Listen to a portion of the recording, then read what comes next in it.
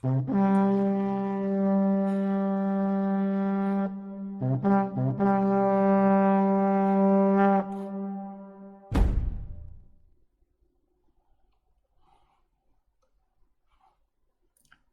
ignora las dificultades y problemas tanto de orden material como psicológico que resultaron de la división de Marruecos en zonas distintas, ni las malas consecuencias que tuvo aquella división para la vida política y económica del país.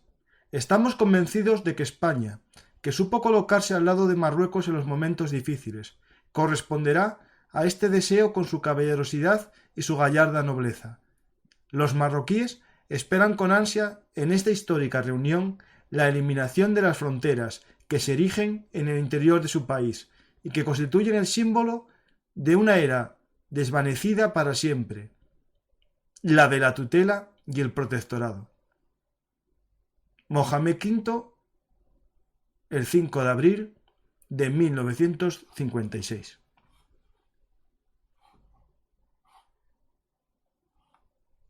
Hola amantes de la historia, soy Francisco García Campa y esto es Bellum Artis Historia Militar. Hoy hablamos de la guerra del Ifni-Sáhara de la mano de nuestro amigo Rubén Juárez. Pero antes, como siempre, os recuerdo que si os gusta este programa nos podéis apoyar en los sistemas de micromecenazgo en patreon.com, en PayPal, ambos con el usuario Bellum Artis, o también en Bizum en el teléfono que aparece en pantalla y, como no, tanto en YouTube como en iVoox, en los sistemas de fans correspondientes. Muchas gracias a todos y ya sabéis, si os gusta este programa, dar a me gusta y dejar un comentario para que ese bicho de internet nos recomiende a más gente. Empezamos ya el programa de hoy con nuestro amigo Rubén Juárez, que nos llevará a ese tema que tanto le apasiona, que son los conflictos militares del siglo XX. Hola Rubén. Muy buenas, ¿qué tal? ¿Cómo estamos? Buenas noches, Paco.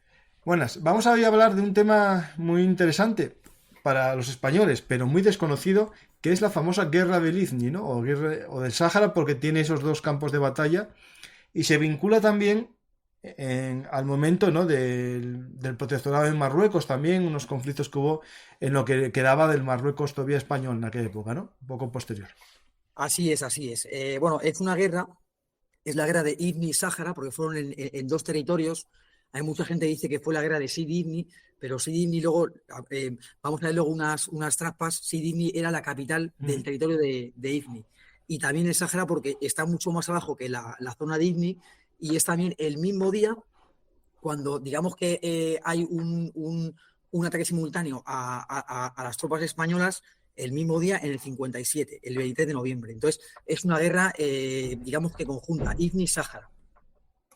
Pues empecé con un discurso interesante que da Mohamed sobre su deseo, ¿no? De reunificar su nación.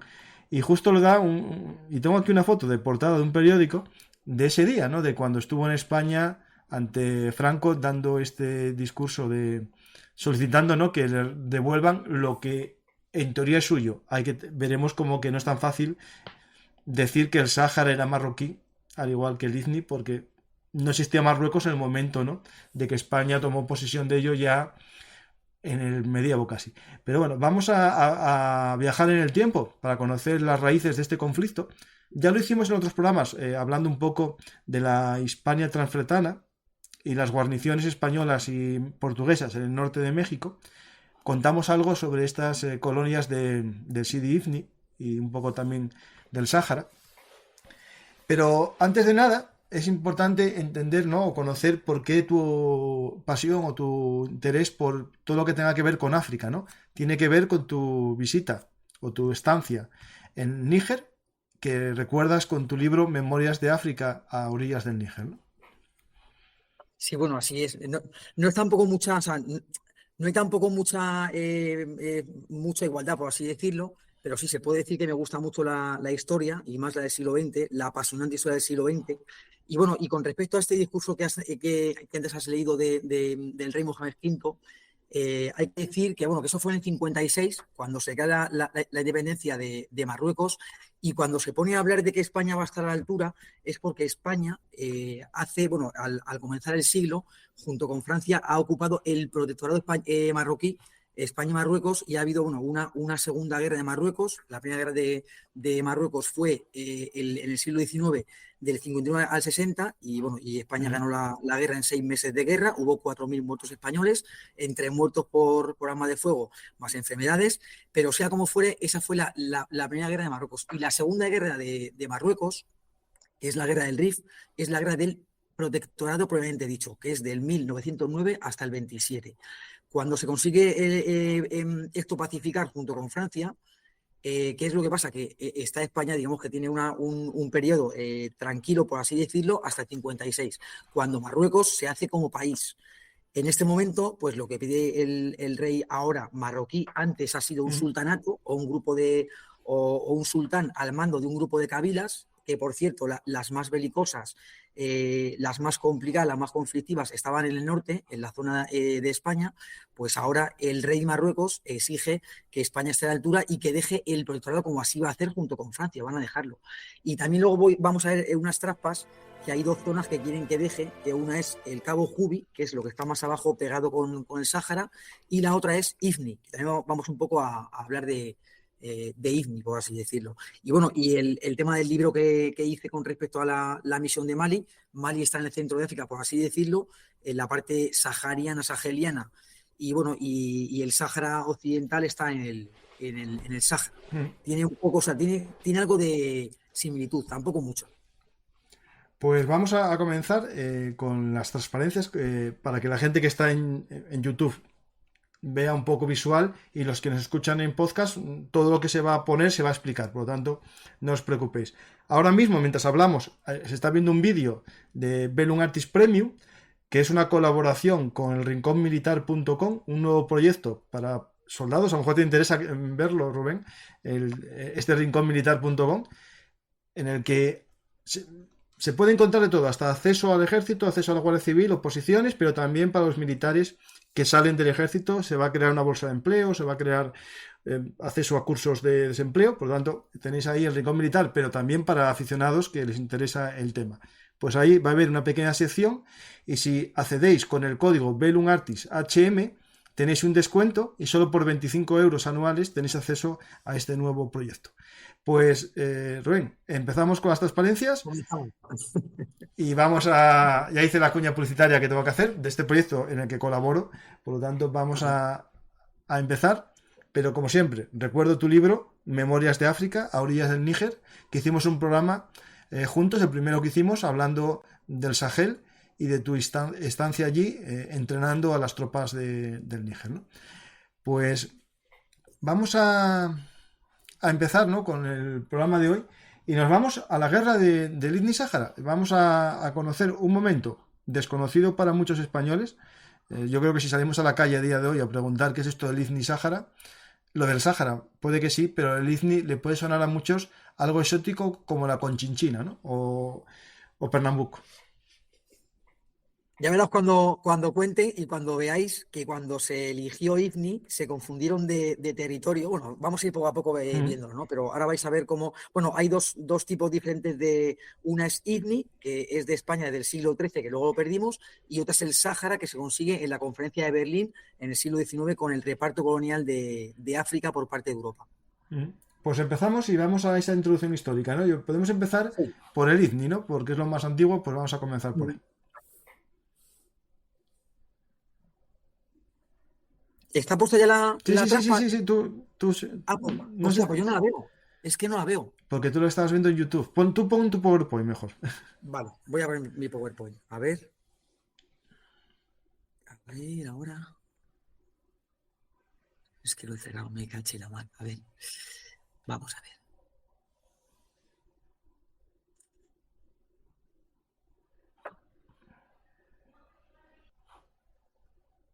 Pues tenemos aquí el comienzo con unas fotos muy interesantes. Una de ellas es la Marilyn Monroe española, ¿no? Ahí está, ahí está. Sí, pues mira, esas son un par de fotos, cada una de un territorio. Una de IFNI, la de la izquierda, y la de la derecha es la del Sáhara. La de la izquierda es la jovencísima, la hermosísima, la madrina de la brigada paracaidista Carmen Sevilla, Ujú. que fue a ver a las tropas al territorio de IFNI, junto con Gila, con el cómico Gila, en el año 57, en las Navidades. Esta guerra va a comenzar el 23 de noviembre del 57, en el siglo XX, y va a acabar a finales de febrero del 58, una guerra de 3 meses. Y va a ser, como dije antes, en ambos territorios, en IFNI y en Sáhara. Y ahí en la foto vemos a Carmen Sevilla con la BRIPAC española, con la actual BRIPAC española. En ese momento, la agrupación de tropas paracaidistas del Ejército de Tierra. Y la foto de la derecha es el escuadrón paracaidista del aire, que también hubo saltos paracaidistas tanto en IFNI como en Ujú. Sáhara, dos por parte de tierra y dos por parte del aire. Y bueno, pues ahí en la foto de la derecha están esperando parte del escuadrón a hacer un lanzamiento en Lagunía o en Esmara. Vamos a hablar también luego de ellos. Cuando quieras pasa ya, Pues Trapa. empezamos. Vale, índice de conferencia, como bien sabéis, me gusta mucho hacer una introducción histórica potente para que la gente pueda adentrarse y pueda colocarse qué estábamos haciendo y por qué estábamos ahí en esa época. Introducción histórica, vamos con IFNI. Conquista de las Islas Canarias por parte de la Corona de Castilla en el siglo XV. Si tenemos en cuenta que España como tal, la que entendemos hasta ahora, se forma el 2 de enero de 1492 con la toma del reino de Granada por parte de los reyes católicos al rey moro Boabdil III. Bueno, pues entonces en el siglo XV aún no era España y era la Corona de Castilla. Cuesta mucho conquistar las Islas Canarias, se va isla a isla, de oriente a occidente, y bueno, pues como pueden ver ahí, casi 100 años de conquistas. Se construye un fortín anexo al continente, que va a ser Santa Cruz de la Mar Pequeña, que va a ser IFNI, para poder, bueno, que sea un punto de paso, ¿no? Entre las islas y entre el continente.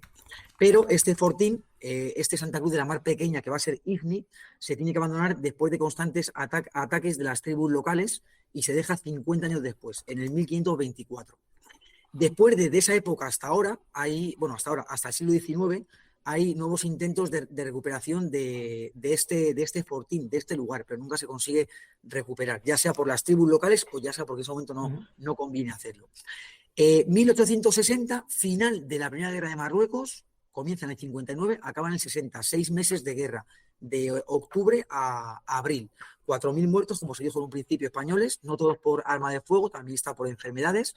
Y bueno, pues una de las, en la paz de Wadras, una de las condiciones que España le pone que gana la guerra a los marroquíes es la cesión a perpetuidad de Santa Cruz de la Mar Pequeña, o sea, Ujú. IFNI, el territorio de IFNI.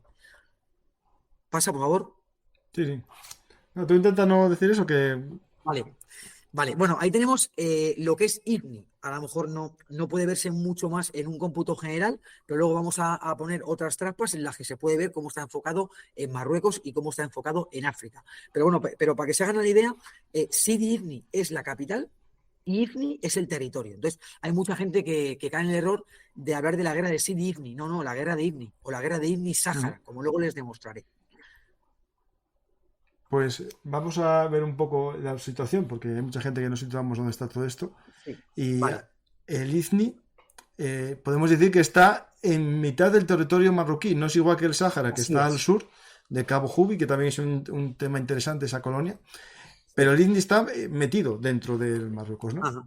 Bueno, puede verse perfectamente en la segunda foto de la izquierda. En la foto de más arriba se ve, bueno, en el continente donde estaría IFNI, el territorio de IFNI y el del Sáhara, y luego abajo, en la foto de abajo, se puede ver lo que fue el protectorado español marroquí, esa franja amarilla que está en el estrecho de Gibraltar, y luego más abajo se ve IFNI, el territorio, ya dentro de Marruecos, después del 56, por supuesto, año en el que Marruecos se constituye como país, y también se ve Cabo Jubi. Cabo Jubi es una parte que había que haber dejado junto con el protectorado español en el 56, pero no se dejó porque no estaban muy claras las líneas. Y también, bueno, era un buen colchón de defensa del Sáhara español, ¿no?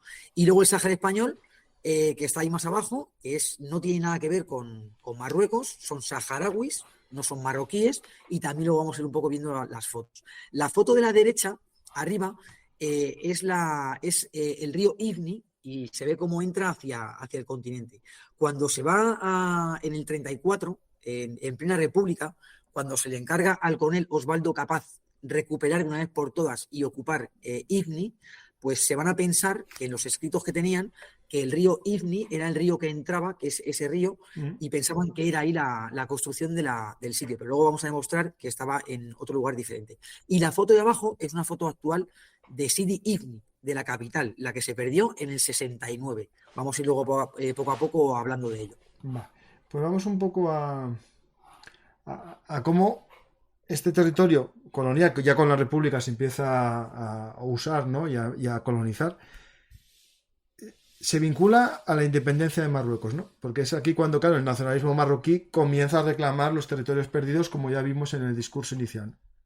Sí, así es, así es. De hecho, Marruecos se hace como país en el 56 y prácticamente el siguiente año hay ya ataques en el territorio de Ifni y también en el del Sáhara Occidental. Además, Franco, el general Franco, había enviado un par de banderas de la Legión a Ifni al Sáhara, previendo lo que podía pasar, que después pasó, el 23 de noviembre del 57. Seguimos, tira un pelín para atrás la otra, la anterior. Vale, seguimos. En el 56, como se dijo antes, Marruecos hace independiente y Marruecos intenta expandirse y choca con los españoles y franceses. Creación del Ejército de Liberación Marroquí, el ELM. Y bueno, primeros choques entre españoles y este grupo y como se dijo antes, ¿no? Vale, pasamos. Es una guerra a la par con el Sáhara, porque vamos a ver también que el mismo día es el combinado ataque que tienen los españoles y franceses. Y bueno, pues en el fin de la contienda son los acuerdos de Cintra, el día 1 y 2 de abril del 58, en la que Sidi Ifni, Ifni es cedido a Marruecos, pero no así Sidi Ifni, que Sidi Ifni sigue siendo español hasta 11 años después. ¿Qué es lo que hace España? Pues España proclama provincia Sidi Ifni y el Sáhara, para en caso de ataque, para que pueda defenderla como si fuera Cuenca, Madrid o Sevilla. Y en el 69, pues se cede ya a Marruecos Sidi Ifni después de 11 años de hostigamiento constante, ¿no? Y ahí tenemos una foto de una bandera legionaria que está desfilando el último día, el día que van a arriar la bandera española en Sidi Ifni en 1969. Hay que recordar que no coincide con la independencia del Sáhara completamente. Ahora vamos a ver el Sáhara, que es el otro territorio en cuestión, ¿no?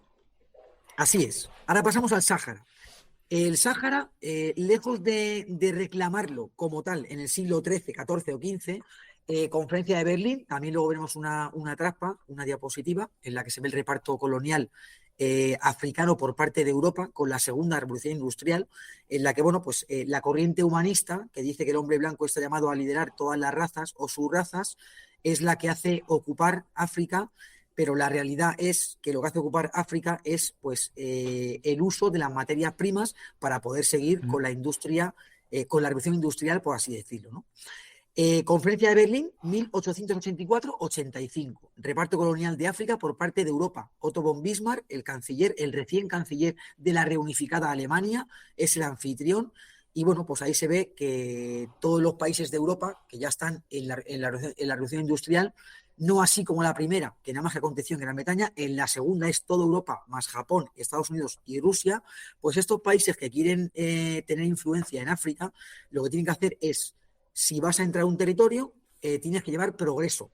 Tienes que hacer vías férreas, tienes que hacer caminos, tienes que llevar educación, alfabetización, etc, etc. Y es, pues es la repartición, ¿no?, de África por parte de Europa.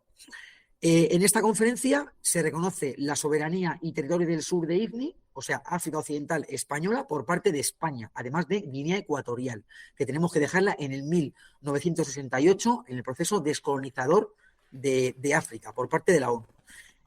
Independencia de Marruecos de África en 1956, Mohamed V. Y como se dijo en un principio, ansias expansionistas del reino alauita. Y esto hace que un año después, en el 57, ataques combinados a las zonas españolas y francesas por parte de Marruecos o su ejército de liberación marroquí.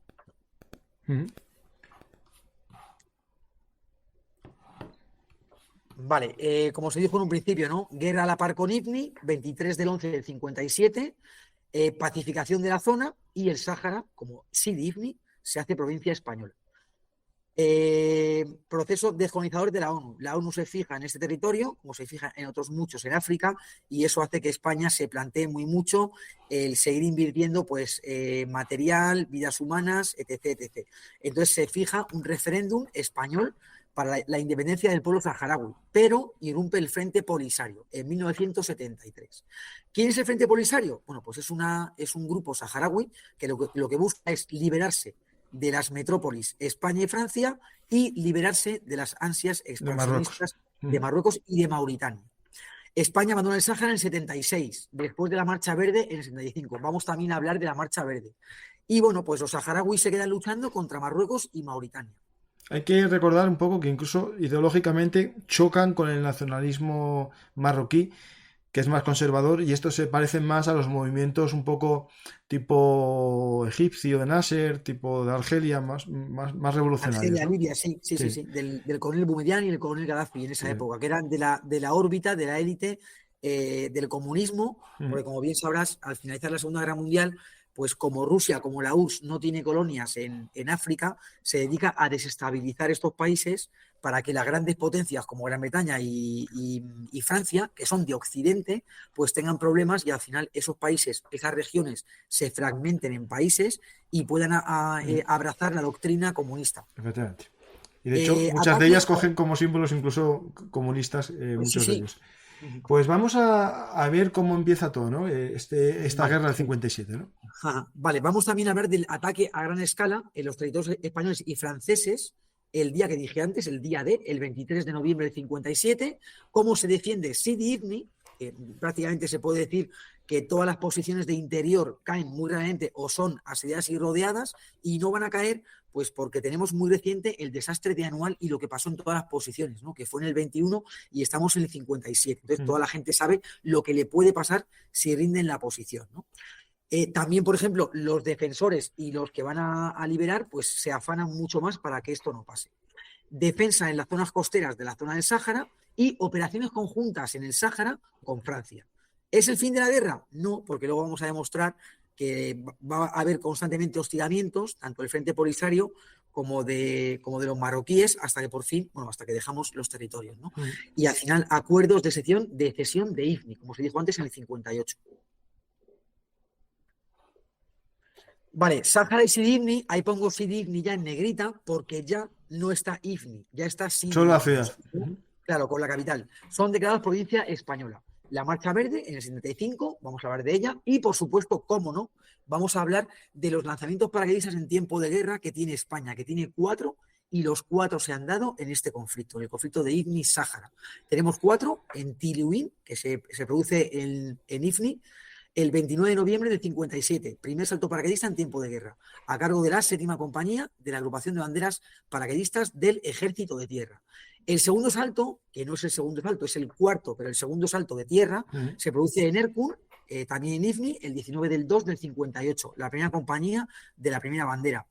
El segundo salto histórico y el primero del aire se produce en Esmara, en la ciudad santa de Esmara, en el Sáhara, el 10 del 2 del 58, a cargo de la segunda escuadrilla del Escuadrón Paracaidista del Ejército del Aire. Y el tercer salto en orden cronológico y el segundo salto en orden del aire es en Lagunía, en el Sáhara, a unos 300 kilómetros del primero, de Esmara, el 18 del 2 del 58, a cargo del Escuadrón Paracaidista del Ejército del Aire. Mm. Yo recuerdo una película, no sé si la vas a hacer tú, que, no sé si era Alfredo Holanda, que era paracaidista en una película, y lo No lo soltaban sé, en el Sáhara. Lo busco, porque es una no lo película sé. que yo vi de pequeño y trataba el tema este de los paracaidistas en el Sáhara. La busco ahora mismo. Puede ser, sí, sí, porque fue conocido. Vale, y seguimos ya con el índice de conferencia de lo que vamos a hablar. Vamos a hablar del Frente Polisario, cómo se crea y a quién apoya y contra quién combate. Vamos a hablar de tiradores de Ifni. Cómo no, si hablamos del Frente Polisario, no vamos a hablar de dos unidades legendarias en la zona de Ifni y Sáhara, como son tiradores de Ifni españoles y como son la agrupación de tropas nómadas. Ahí tenemos las escarapelas de las unidades y abajo tenemos una foto de las tropas nómadas desfilando en el Ayun. Tengo un programa yo sobre los dromedarios, la guardia, las tropas en dromedarios del ejército.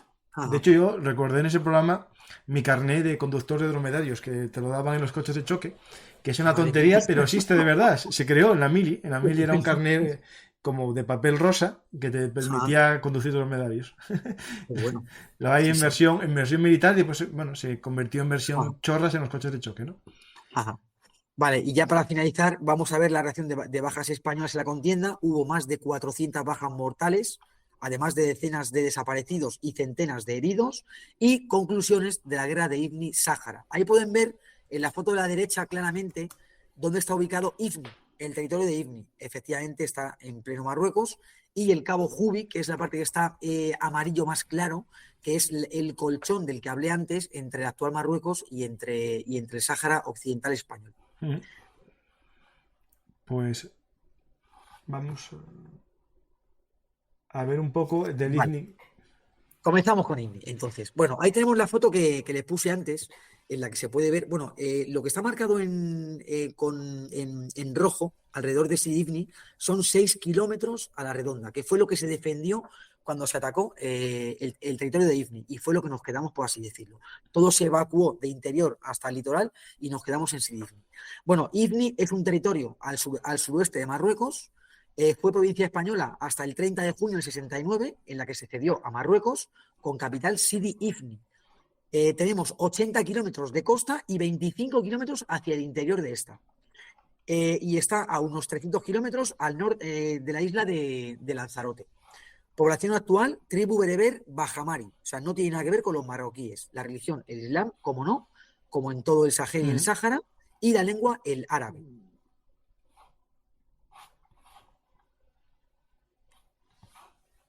Vale, comenzamos. Diego de Herrera, bajo las órdenes de los Reyes Católicos, funda en 1476 un lugar en la costa utilizado como base de pescadores y marineros españoles desde hacía tiempo. Santa Cruz de la Mar Pequeña. Es constantemente asediado y atacado por las tribus de la zona y finalmente, como se dijo antes, en el 1526 es abandonado.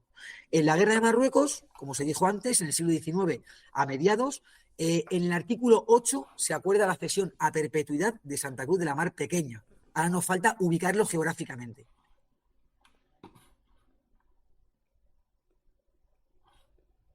Durante años se constituyen diferentes comisiones para ubicar geográficamente la zona con exactitud. En la firma del convenio hispano-francés en 1912 se aprueba, que aprobó el propio sultán de Marruecos, en el que se afirma que Santa Cruz de la Mar Pequeña está en la desembocadura del río Ifni, erróneamente, ya que posteriormente se ha demostrado que dicho asentamiento estaba más al sur. Nacía el territorio español que conocemos como el Ifni español. Mm. De hecho, en el programa que tengo hecho sobre fortalezas españolas en el norte de África, tratamos el tema de este torreón que se descubrió, ¿eh? Últimamente creo que lo Ah, descubrieron, me parece. sí, pero es que al final ha habido un montón de información falsa, porque luego Mm. realmente estaba en Puerto Cansado y había habido un montón de comitivas, de expediciones, y nunca supieron ubicar geográficamente dónde estaba. Bueno, de hecho, al final, cuando lo ubicaron, se confundieron. Pero bueno, seguimos. El enclave español está rodeado por el protectorado francés. A principios de los 30, los franceses consiguen ocupar todo el protectorado bajo su mando y presionan a los españoles para ocupar Ifni, que no lo tienen ocupado, no lo tenemos ocupado, ya que las bandas atacan a los franceses y luego se pueden meter en ese territorio y no les pueden perseguir los franceses porque es zona española. En el 34, con el gobierno de la Segunda República, se designa este cometido, el de la ocupación de facto de Sidi Ifni o de Ifni, al coronel Osvaldo Capaz. Vamos Mm. a ver quién es Osvaldo Capaz. Bueno, ahí lo tenemos. El coronel Osvaldo Capaz era un militar africanista. Como bien sabrán, en la guerra del Rif había tres tipos de militares: los africanistas, los no africanistas y los abandonistas. Mm. Los africanistas era un militar de carrera que había hecho su carrera militar, propiamente dicha, en la guerra del Rif. Había conseguido ascensos por méritos de guerra mucho más meteóricos, pero a su vez se jugaba la vida y podía no volver, como sí pasaba con los oficiales de la península.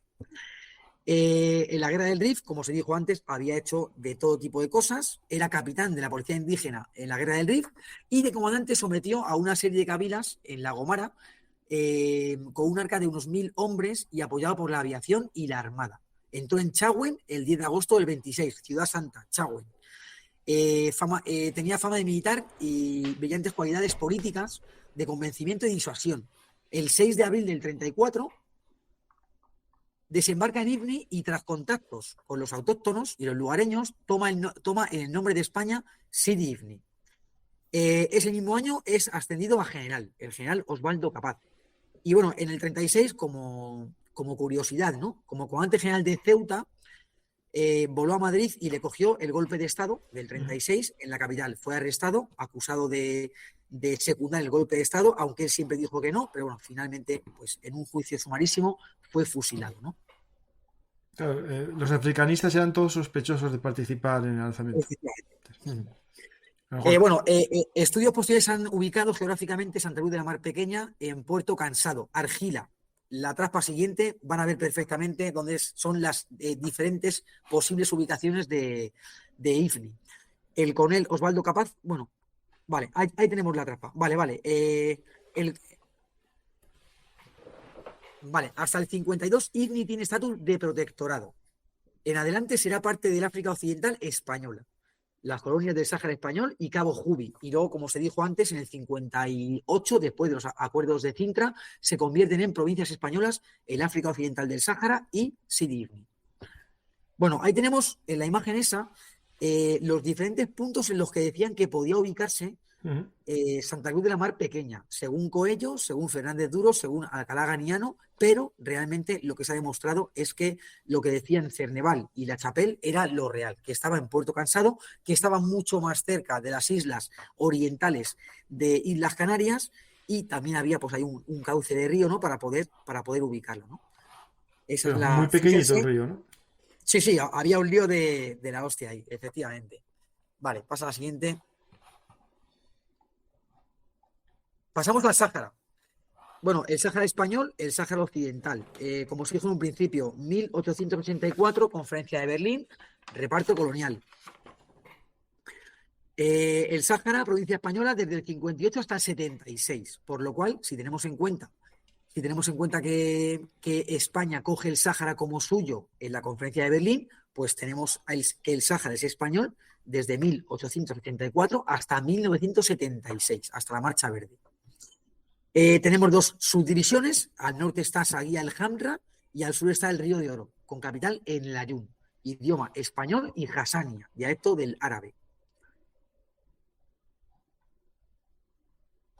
Esa foto me gusta mucho ponerla porque es, bueno, una litografía de Otto von Bismarck repartiendo África para los líderes europeos y en la foto de la derecha cómo se ha repartido África. En lo que toca a España, bueno, se puede decir que es el Sáhara y Guinea Ecuatorial, porque el resto, el famoso protectorado, era un convenio entre el sultán de Marruecos, entre Francia y España para, bueno, Francia, España y Gran Bretaña para dejar fuera de juego a la emergente Alemania de Guillermo I, para evitar la Primera Guerra Mundial que luego llegaría.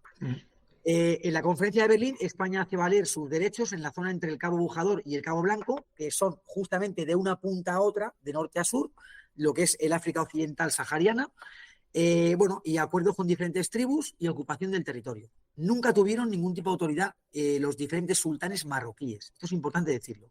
Ocupación total en 1936, justamente antes de estallar nuestra guerra, la Guerra Civil Española. En ese momento, el territorio, por el motivo que sea, queda en manos de las tropas nacionales y durante toda la Guerra Civil Española es zona nacional. Finaliza la Segunda Guerra Mundial, nace la ONU, que es la sucesora de la Sociedad de Naciones que ha promulgado el presidente de Estados Unidos, Wilson, y que no tiene mucha cabida porque al final no consigue evitar la Segunda Guerra Mundial. Se crea la ONU. La ONU va más en serio, por así decirlo, o la tienen más en cuenta los países, y esto hace que se fije en África. Entonces, en el proceso descolonizador se dice que tenemos que dejar Guinea Ecuatorial, que la dejamos en el 68, y que tenemos que dejar también el Sáhara Occidental. De hecho, se va a intentar hacer un referéndum, pero finalmente pues no se puede hacer, ¿no? Pasa, por favor. Bueno, el loco de Atar. Cuando a alguien le preguntan, ¿estás loco de Atar? ¿Alguien sabe dónde viene? Bueno, vamos a intentar demostrarlo. Bueno, Francisco Benz Argandoña fue militar y gobernador del Sáhara. Su principal labor fue asentar el dominio colonial español en aquellas tierras. En 1907 es designado gobernador militar del Río de Oro y comienza a hacer expediciones hacia el interior del territorio para estrechar lazos con las tribus y cabilas. Una de las expediciones le lleva a Atar. Atar está en Mauritania y está pues a unos 400 kilómetros de donde estaba él hacia interior.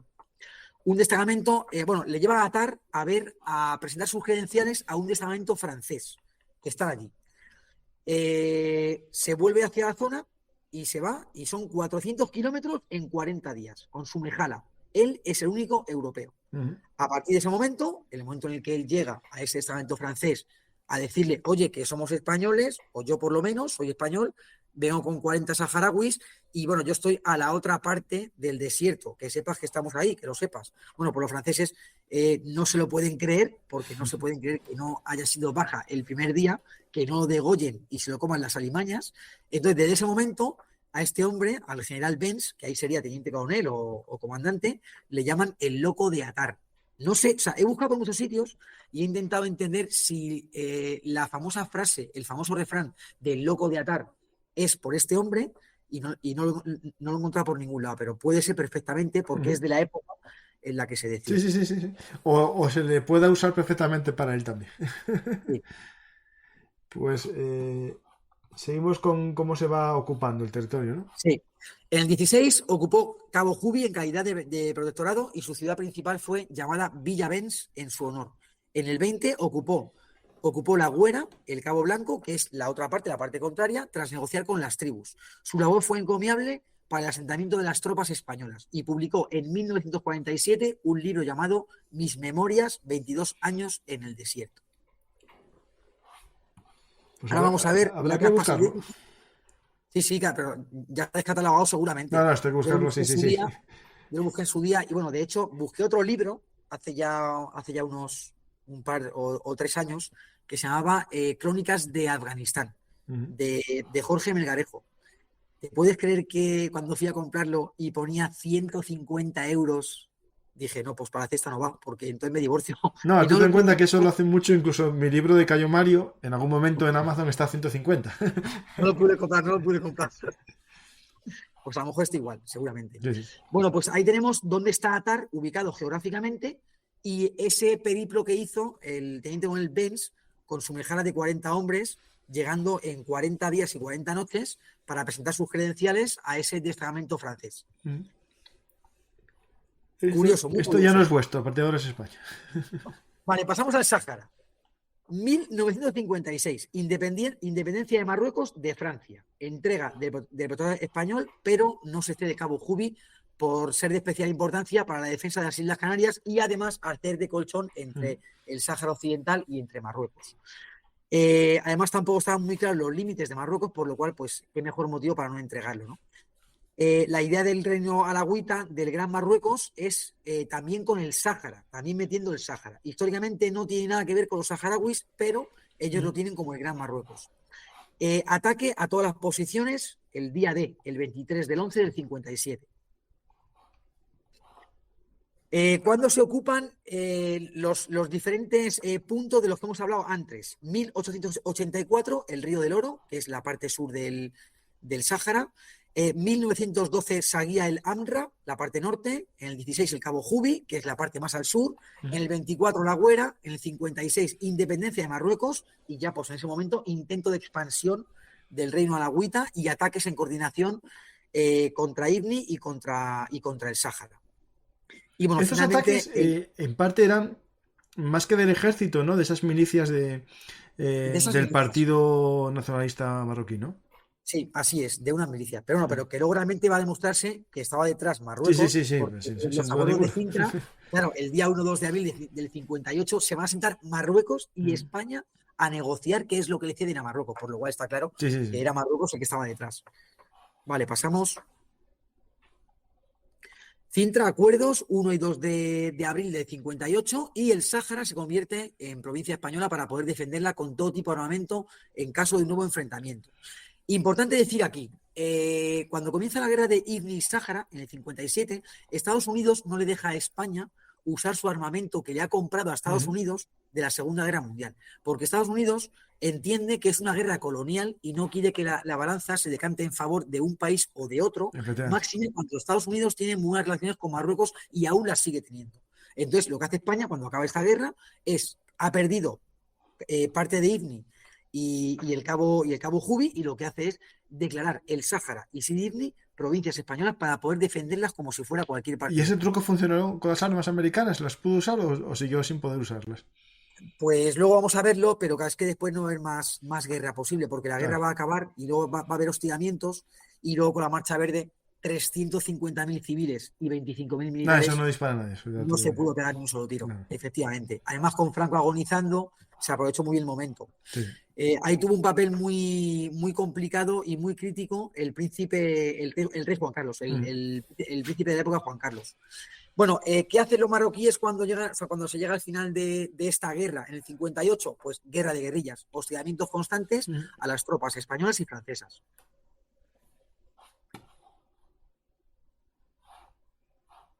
La ONU mete el territorio en el proceso de descolonización. España comienza a plantearse realizar un referéndum para el 75. Esa consulta nunca se va a realizar. ¿Por qué? Porque Marruecos no quiere en pintura ese referéndum, porque puede ser que el Sáhara sea un país independiente, porque como se dijo antes, no tiene nada que ver su gente, sus tribus con la gente de Marruecos.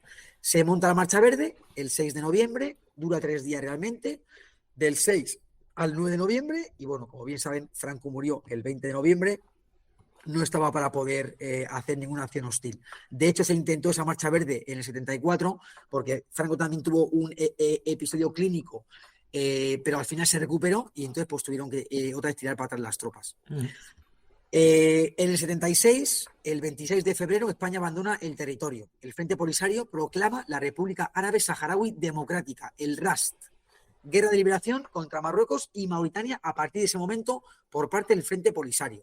En el 79 se retira Mauritania a causa de los ataques del Frente Polisario, y lo que hace Marruecos es ocupar esa zona que tenía ocupada Mauritania para poder, para quedarse con todo el Sáhara. Sí. A día de hoy el Sáhara es un territorio, como bien sabemos todos, en disputa. De hecho, tengo un programa sobre un poco la relación Marruecos-Argelia, España-Sáhara, ¿no? Ese triángulo vecinal, casi un cuarteto muy complejo. Pues el que lo quiera ver, que vea el programa sobre la relación entre Marruecos y Argelia. Que tiene mucho que ver el Sáhara con todo eso. Claro, por supuesto. Sí. Pues... la siguiente. Sí. Vale, la Marcha Verde, como se dijo antes, 3 días en noviembre, del 6 al 9. España decidía dar la independencia al Sáhara, como antes hizo con Guinea Ecuatorial, en el 68. Es una operación planificada por Marruecos, Estados Unidos y Francia. Repito, Marruecos, Estados Unidos y Francia. ¿Por qué? Bueno, pues motivo, preferían un Sáhara marroquí antes que un Sáhara títere argelino, o sea, de la órbita soviética. Tenemos en Argelia, tenemos al coronel Boumediene, y tenemos en Libia al coronel Gaddafi. Ambos han adoptado la doctrina soviética, como se dijo en un principio, cuando acaba la Segunda Guerra Mundial. Rusia, la URSS, no tiene colonias en África, y lo que hace es desestabilizar esas regiones para que puedan pedir la independencia de esos países que ahora son sus enemigos, de los occidentales, como Francia y Gran Bretaña, y así poder atraer a su órbita, a la órbita comunista, como ha conseguido con otros muchos países, con Corea, con Vietnam, etc., a estos países. Entonces, Estados Unidos prefiere un Marruecos occidental, pro-occidental, a un Marruecos pro-comunista. Entonces, ese es el motivo por el que se planifica esta Marcha Verde. El ejército español se retira sin pegar ni un solo tiro. Es la última guerra colonial de España, la guerra de Ibn Sáhara. Esto ¿es una guerra desconocida u olvidada? Es un poco, yo creo que no. Pero bueno, luego después voy a demostrarlo con las conclusiones, pero yo creo que no. Lo que pasa es que la prensa de la época era la prensa de la época. Estaba el ABC y poco más, y estaba el Nodo, y ya está. Y bueno, y de hecho salía en el Nodo y salían las portadas del ABC. Se trataba en su momento. No creo que en su momento nadie la conociese. Ahora sí que es verdad que se olvidó. Sí, efectivamente. España en medio no sabe nada de esto. Eso es. Tuvieron que combatir con insurgentes, con armamento obsoleto, debido al veto de Estados Unidos por ser aliado de Marruecos. Eso los militares españoles. Unos 20.000 efectivos de diferentes formas configuraban el ELN, el Ejército de Liberación Marroquí. Ahí tenemos todas las operaciones que se produjeron en los 3 meses de combate, del 23 de noviembre del 57 hasta finales de febrero del 58. 4 lanzamientos paracaidistas, como se dijo en un principio, 2 en la zona de Ifni a cargo del Ejército Español de Tierra y 2 en la zona del Sáhara a cargo del Ejército del Aire Español. Tropas saharauis y tropas españolas. Tropas españolas, más de 3.000, como se ve ahí en Ifni, y más de 20.000, como se ve en el Sáhara. Vale, pasamos. Bueno, pues comenzamos ya con la guerra. 23 de noviembre del 57. Varios miles de guerrilleros del Ejército de Liberación Marroquí, el ELM, atacan simultáneamente las posiciones del territorio de Ifni y posteriormente hacen lo propio con el Sáhara Occidental. Un mes antes, los insurgentes marroquíes ya han comenzado a movilizar efectivos y han rodeado la capital de Ifni y otros puestos importantes. España está en alerta ante el posible ataque y ha fortificado Sidi Ifni a la vez que a las guarniciones, y estas están atentas a futuros movimientos. Los insurgentes, el día el 23 del 11 del 57, los insurgentes cortan las comunicaciones y aíslan los puestos del interior. Sidi Ifni resiste fácilmente porque se han fortificado muy bien las posiciones. Pero bueno, los insurgentes marroquíes quieren una revuelta contra los españoles que no se va a conseguir, no lo van a conseguir. Comienzan a llegar refuerzos de la península y Canarias. La legión ya está establecida, como se dijo en un principio, con 2 banderas que envía Franco meses anteriores, y se encarga de liberar las posiciones del interior. Sidi Ifni se fortifica más y llega a ser inexpugnable. Defensas a ultranza de la policía indígena y tiradores de Ifni en Tiluín y Telata. Los asediados esperan a que les liberen. Bueno, las posiciones no van a caer porque, como dije en un principio, tenemos muy reciente el desastre de Anual y sabemos lo que ha pasado o lo que nos puede pasar si con los que se rinde. Porque nunca van el pacto nunca van a respetarlo. Por ejemplo, en Anual, en el 21, solamente se respetó el pacto en Nador y cayeron más de 60 posiciones, con escabechinas, bueno, con locuras. Entonces, pues con esto aún candente, han pasado 35 años, pero saben que no se pueden rendir, o sea, que tienen que esperar a que rescaten y tienen que aguantar estoicamente el asedio. Aquí hay que recordar que hubo hasta unas operaciones de desembarco, ¿no? Se llevaron vehículos, se llevaron armas en lanchas de desembarco. Sí, vamos a verlo después. Vale, Franco envía refuerzos desde la península. Entre ellos, el Regimiento de Infantería Soria 9, que va a tener también bajas, por supuesto. Entre las 400 bajas mortales que tenemos, también tendrá el Regimiento de Infantería Soria 9, además del Batallón Expedicionario Pavía 19. 2 banderas de legión, que ya están de antes. Y bueno, lo cierto es que las unidades peninsulares vienen mejor equipadas que las unidades que están en las colonias españolas, en África. Los recién creados paracaidistas, en el 53 del Ejército de Tierra, también son trasladados a Ifni a combatir. Bueno, y desde ese momento, operaciones de combate para socorrer las posiciones asediadas. Ahí tenemos una imagen, pues luchando por su vida, por así decirlo, en una de las posiciones, la policía indígena, los militares españoles, etc., etc.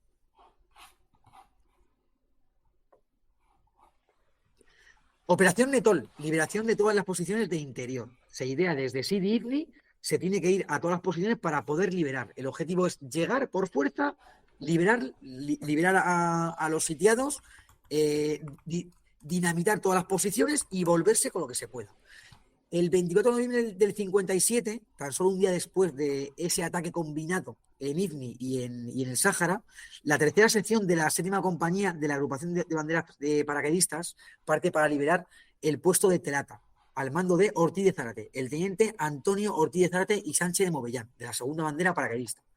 Esta sección es rodeada y se consigue refugiar en una altura, en la cota 624, de la que luego vamos un poco también a hablar. Días después, la 21 compañía del Tabor de tiradores y los legionarios liberarán a estos y a los sitiados en Telata, porque no pueden llegar hasta ellos. La sección del teniente Ortiz de Zárate ha resistido estoicamente, casi sin municiones, víveres y agua, una semana entera, y tienen 6 muertos, entre ellos el teniente.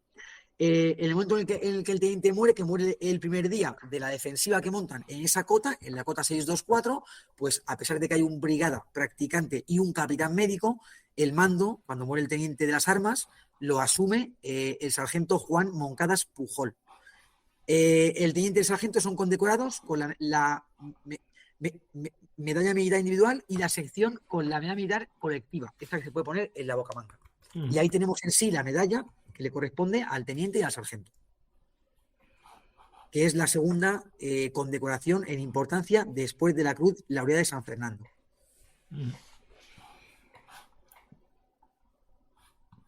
Vale, ahí tenemos una foto de la liberación, el día de la liberación, después de 6 días de asedio de la sección del teniente Ortiz de Zárate, y tenemos las fotos de la derecha, arriba y abajo, al teniente Ortiz de Zárate, que a su vez va a dar nombre a la creación de la tercera bandera paracaidista en 1960, y ahí tenemos al sargento Juan Moncadas Pujol.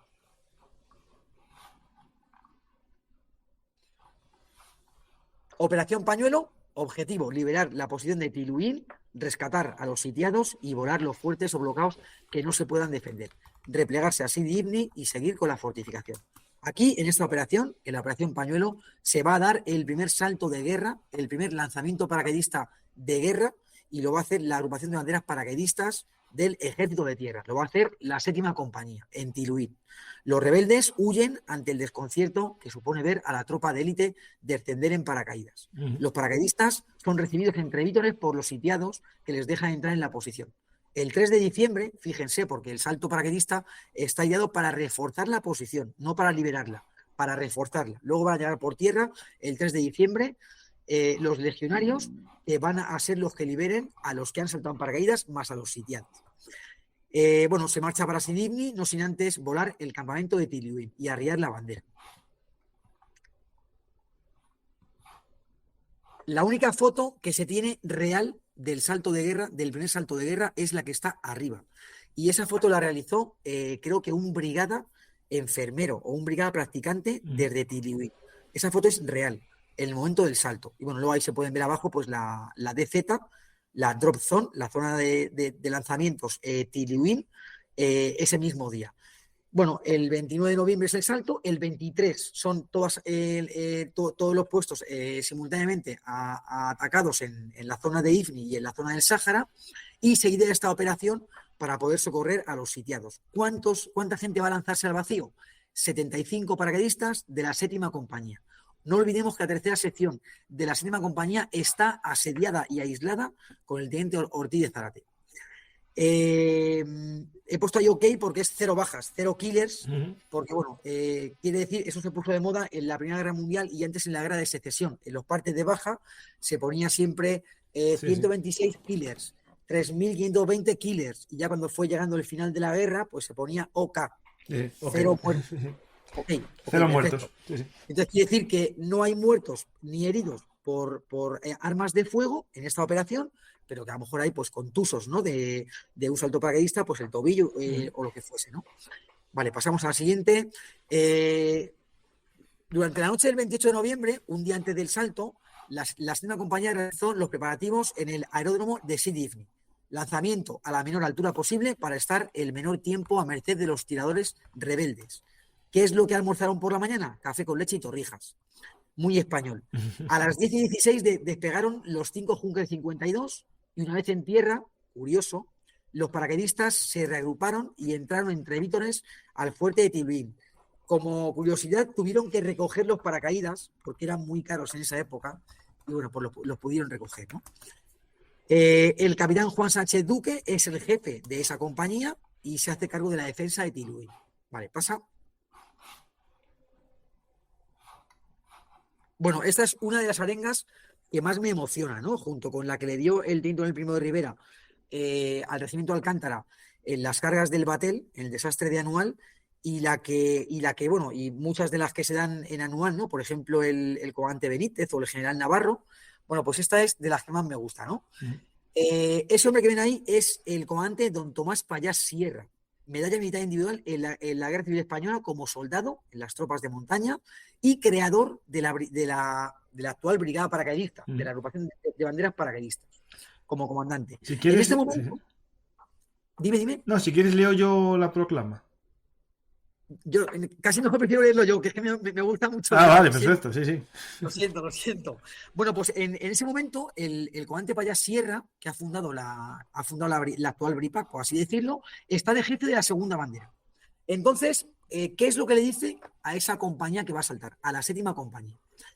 Desde el fuerte de Tiluín nos han pedido ayuda y esa ayuda solo puede llegarles desde el aire. Ustedes van a llevar a cabo el primer salto paracaidista de guerra en la historia militar de España.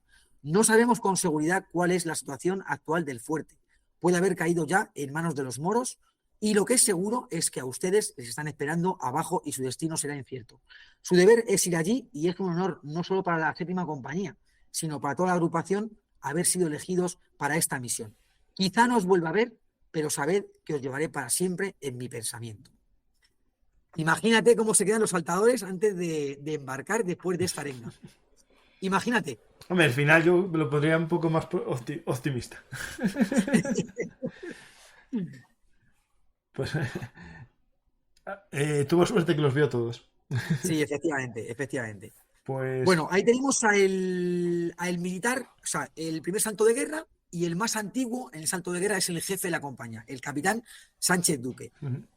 Va a ser el primer paracaidista en saltar, por lo cual el primer español en realizar un lanzamiento de guerra y el más antiguo en ese momento. Se hizo a 200 metros. Los saltadores se preguntaban en el aeródromo de Sidney el por qué tenían que coger también el reserva. Porque, bueno, realmente si tienes que contar 1001, 1002, 1003, 1004 para esperar a que la campana principal se abra, ahí ya han pasado como mínimo pues 150 metros. Si vas a desplegar la campana de reserva, no te da tiempo a que se despliegue con tan pocos metros. Pero bueno, así lo hicieron. Vale, pasa.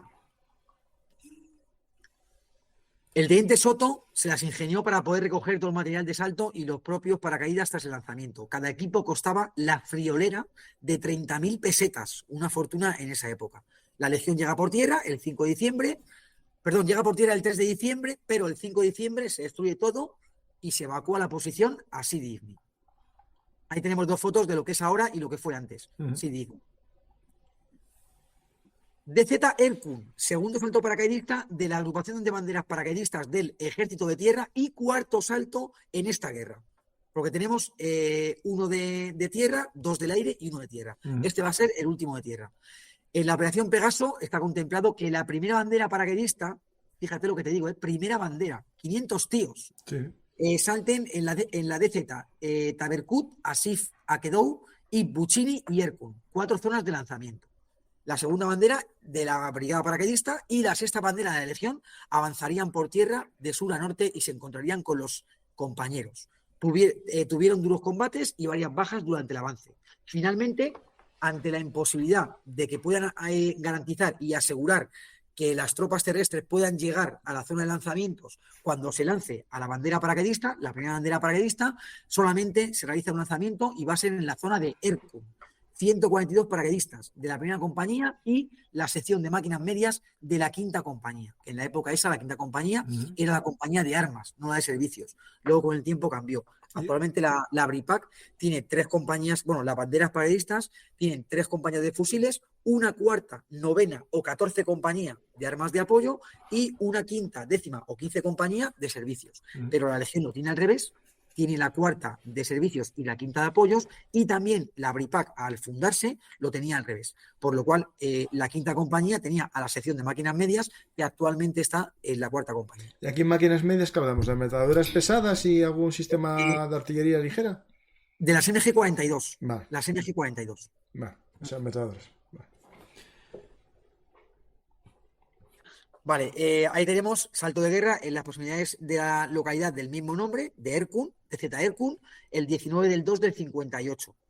Como se dijo antes, primera compañía y sección de máquinas medias de la quinta compañía. Se ataca por la retaguardia a los insurgentes con el apoyo de legionarios y paracaidistas que vienen de sur a norte por tierra. Ahí tenemos dos fotos icónicas.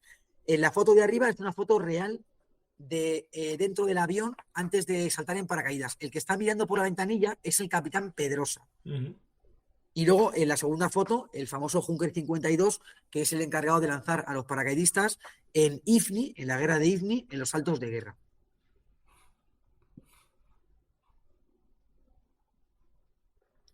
Y ahí tenemos al general Pedrosa, al general Pedrosa, ese que saltó en el cuarto salto de guerra español, en el segundo de tierra, pues ya está de general, de hecho llegó a ser teniente general Mm, y creo que fue hasta general de la brigada paraísta, general de brigada de la brigada paraísta. mm, El salto se salta con OK, con 0 bajas por arma de fuego, algún contusionado en la toma sin importancia, las otras decetas son canceladas porque no se asegura que las tropas terrestres lleguen a tiempo. Y bueno, pues como se dijo antes, ¿no? Para este tipo de lanzamientos es el Junker 52, no así como va a ser en el Sáhara. En el Sáhara se van a lanzar los españoles junto con los franceses de Nord Atlas, un avión francés que luego mm. vamos a ver una foto. Con este ejercicio, lo pongo entre comillas, se da por finalizada la guerra, por así decirlo, en Igni. ¿Por qué digo?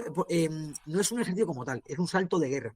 Lo que pasa es que los saltos uno y 2 de tierra y del aire, el salto en Tuluín y el salto en Esmara son muy complicados. Sin embargo, ya finalizando la guerra, se van a lanzar 2 saltos de guerra más, en la que casi no va a haber ningún tipo de insurgencia, pero bueno, pues sea como fuere, esa experiencia personal, profesional y ese bagaje se lo llevan los militares españoles y también las Sí, unidades. sí.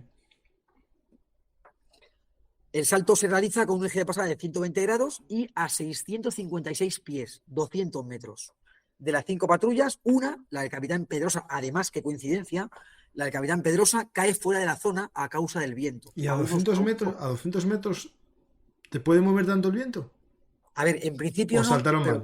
claro, al final el avión pues te lanza como te puede lanzar. Eso, Si eso. estipulan que hay insurgencia, intentan hacerlo en el eje que tú dices de pasada, Ujú, pero a lo mejor se confunden o a saber lo que pasaría, ¿no? Sea como fuese, esto hace que los rebeldes crean que les quieren envolver y huyen. Y cuando llegan a la zona de salto, solamente hay camellos y cabras. ujú. Curioso.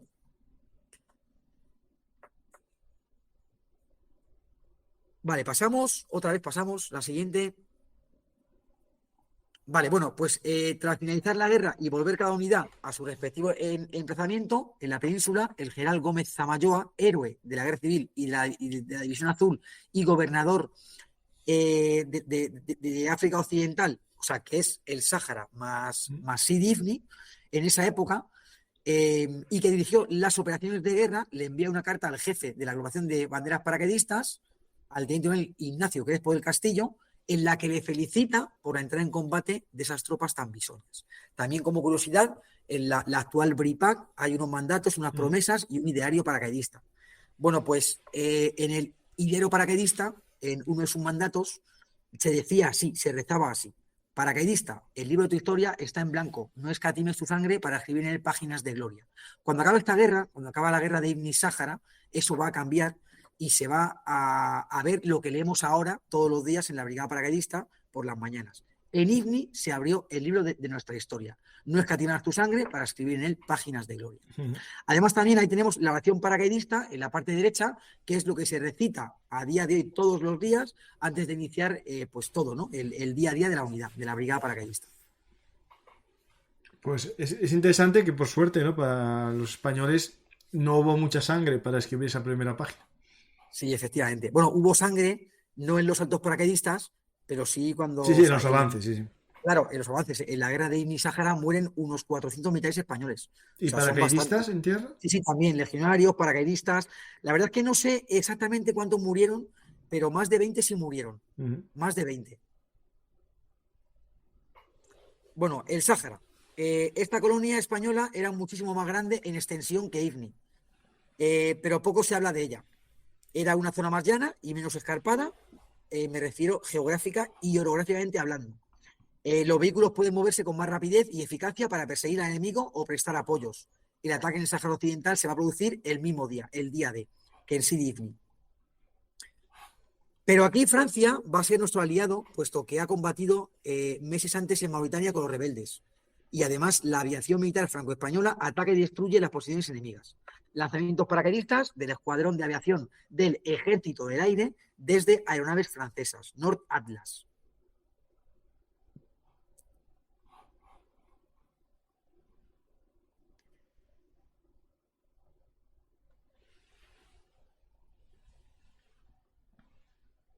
Sí, tienes que bajar la traspa siguiente. Esa. Vale, bueno, ahí se ve la diferencia del Sáhara a Ifni. En el Sáhara son zonas mucho más abiertas, más llanas Mm. y con menos orografía. Eso hace que esos vehículos que vemos ahí, que los Jeep o los carros de combate franceses puedan perseguir al enemigo que va a camello y que nunca van a poder pues, hacer una acción hostil y replegarse con facilidad, sino van a ser perseguidos tanto por aviación como por coches a motor, por así ¿Y por qué decirlo. Francia estaba en este momento en guerra a favor de España? Porque también veía en Claro, peligro sus Argelia. Claro, Francia ha dejado Argelia, bueno, va a dejar Argelia en el 62, por lo Por cual eso, está pues. en peligro. Y además, Francia está en Mauritania, por lo cual, como está al lado, pues al final, como lo que decía Harry Truman, ¿no? De lo de la teoría del dominó, ¿no? Si una región, una localidad, un pueblo, un país cae en la órbita soviética, el resto pueden caer. Entonces, pues también le convenía a Francia que por esa doctrina, pues no cayera el Sáhara en manos marroquíes, porque luego podría caer también Mauritania en manos marroquíes. Mm. Es importante contarlo porque si no, no se entiende muy bien. Sí. Bueno, mira qué foto más bonita. ¿Qué te parece? Está guapa, muy bien. Tiradores parando los camellos o los dromedarios y disparando. Y el camello o el dromedario sin inmutarse, quieto, con el disparo. Están súper acostumbrados. Bueno, en el Sáhara no hubo casi apoyo de la insurgencia marroquí porque los que allí habitaban eran saharauis, nómadas que no tenían mucho que ver o mucho en común con los marroquíes. En un principio hay un alistamiento, pero van desertando según pasan las semanas. El punto más álgido en este conflicto en la zona es la operación Teide Ecoubillon. Bueno, Teide, perdón, Ecoubillon es escoba en Ujú. francés. Y es una operación terrestre-aérea y se hace para expulsar de una vez por todas a los insurgentes. Antes, como no, vamos a hablar del combate de Chera, el 13 de enero del 58. El combate de Chera, bueno, pues dos compañías de la 13 bandera de la Legión llevan a cabo una misión de reconocimiento y son emboscados por el Ejército de Liberación marroquí. Los insurgentes habían estado siguiendo el recorrido de los legionarios agazapados entre las alturas. El combate se va a prolongar hasta por la noche, cuando se retiran los insurgentes con bajas elevadísimas, más de 400. En las filas españolas habían perdido la vida 43 legionarios, no 41, y había más de 60 heridos. El brigada Fadrique, Castromonte y el caballero legionario Madeal Oleaga se quedaron para cubrir el repliegue con su sección y son las últimas cruces laureadas de San Fernando individuales hasta la fecha. Ujú. Porque como bien sabrán, el día 1 de junio del 2012, el rey emérito, el rey actual emérito, el rey Juan Carlos, le impuso en el estandarte del regimiento Alcántara la laureada de San Fernando Colectiva. colectiva, Ujú. sus hechos, el 23 de julio del 21 en el Batel, Claro, el en la problema carga. de esta laureada es que suele ser, creo que tiene que ser en guerra, ¿no? Y entonces como España participa en acciones de paz, pero no de guerra, no se puede considerar ningún acto de ese tipo. Sí, sí, claro, claro. O sea, hoy en día dar una laureada o una individual o colectiva es muy, muy complicado, casi imposible. Sí. Sí, sí, de hecho, me parece que estaban viendo a ver si podían abrir un expediente o un juicio contradictorio, no sé cómo se llamará. Para una laureada es juicio contradictorio Sí, sí.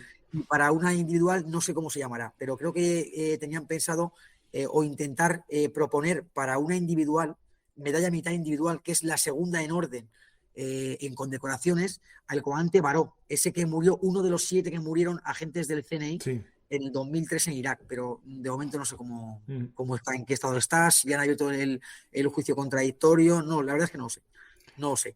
Bueno, ahí tenemos una imagen, una traspa en lo que fue los movimientos en la emboscada que le hicieron a la segunda compañía de la 13 bandera, ¿no? A cargo del el capitán Jauregui, también murió él entre ellos, ¿no? Y bueno, pues eso, 43 muertos después de todo el día combatiendo, ¿no? Y ahí tenemos de arriba a abajo la foto del Brigada Fadrique y del caballero legionario Madeal Oleaga, de los laureados. Y bueno, una foto retocada también de los combates de Echera. Bueno, ahí tenemos a la izquierda la foto del caballero legionario Madeal Oleaga. Esa estatua se puso en Erandio, en su Ujú. ciudad natal, en Vizcaya. Pero bueno, pero en los 80 las hordas terroristas de ETA le pusieron una bomba debajo del brazo y como pueden ver se lo dinamitaron. No contentos con eso, arrancaron la estatua meses después y lo tiraron a la ría de Bilbao y eso ya hizo, bueno, pues que el ejército quitase la estatua de su municipio, de Ujú. Erandio, y se llevase al Regimiento de Infantería Mixto Garellano 45, con sede en Guía, en Vizcaya. Y años después, pues se la donó a la 19 bandera de la Legión en Ronda, y ahí está la Sí. estatua. Ahí vemos también 2 fotos más, atentado contra la estatua del legionario, del laureado legionario, y la foto de abajo, asesinado el presidente de la Hermandad de Antiguos Caballeros Legionarios de Vizcaya, que era el hermano de Maderal Oleaga. ¿Por qué lo Madre mía. mataron? Pues por el mismo motivo que habían arrancado la estatua, por ser un héroe español.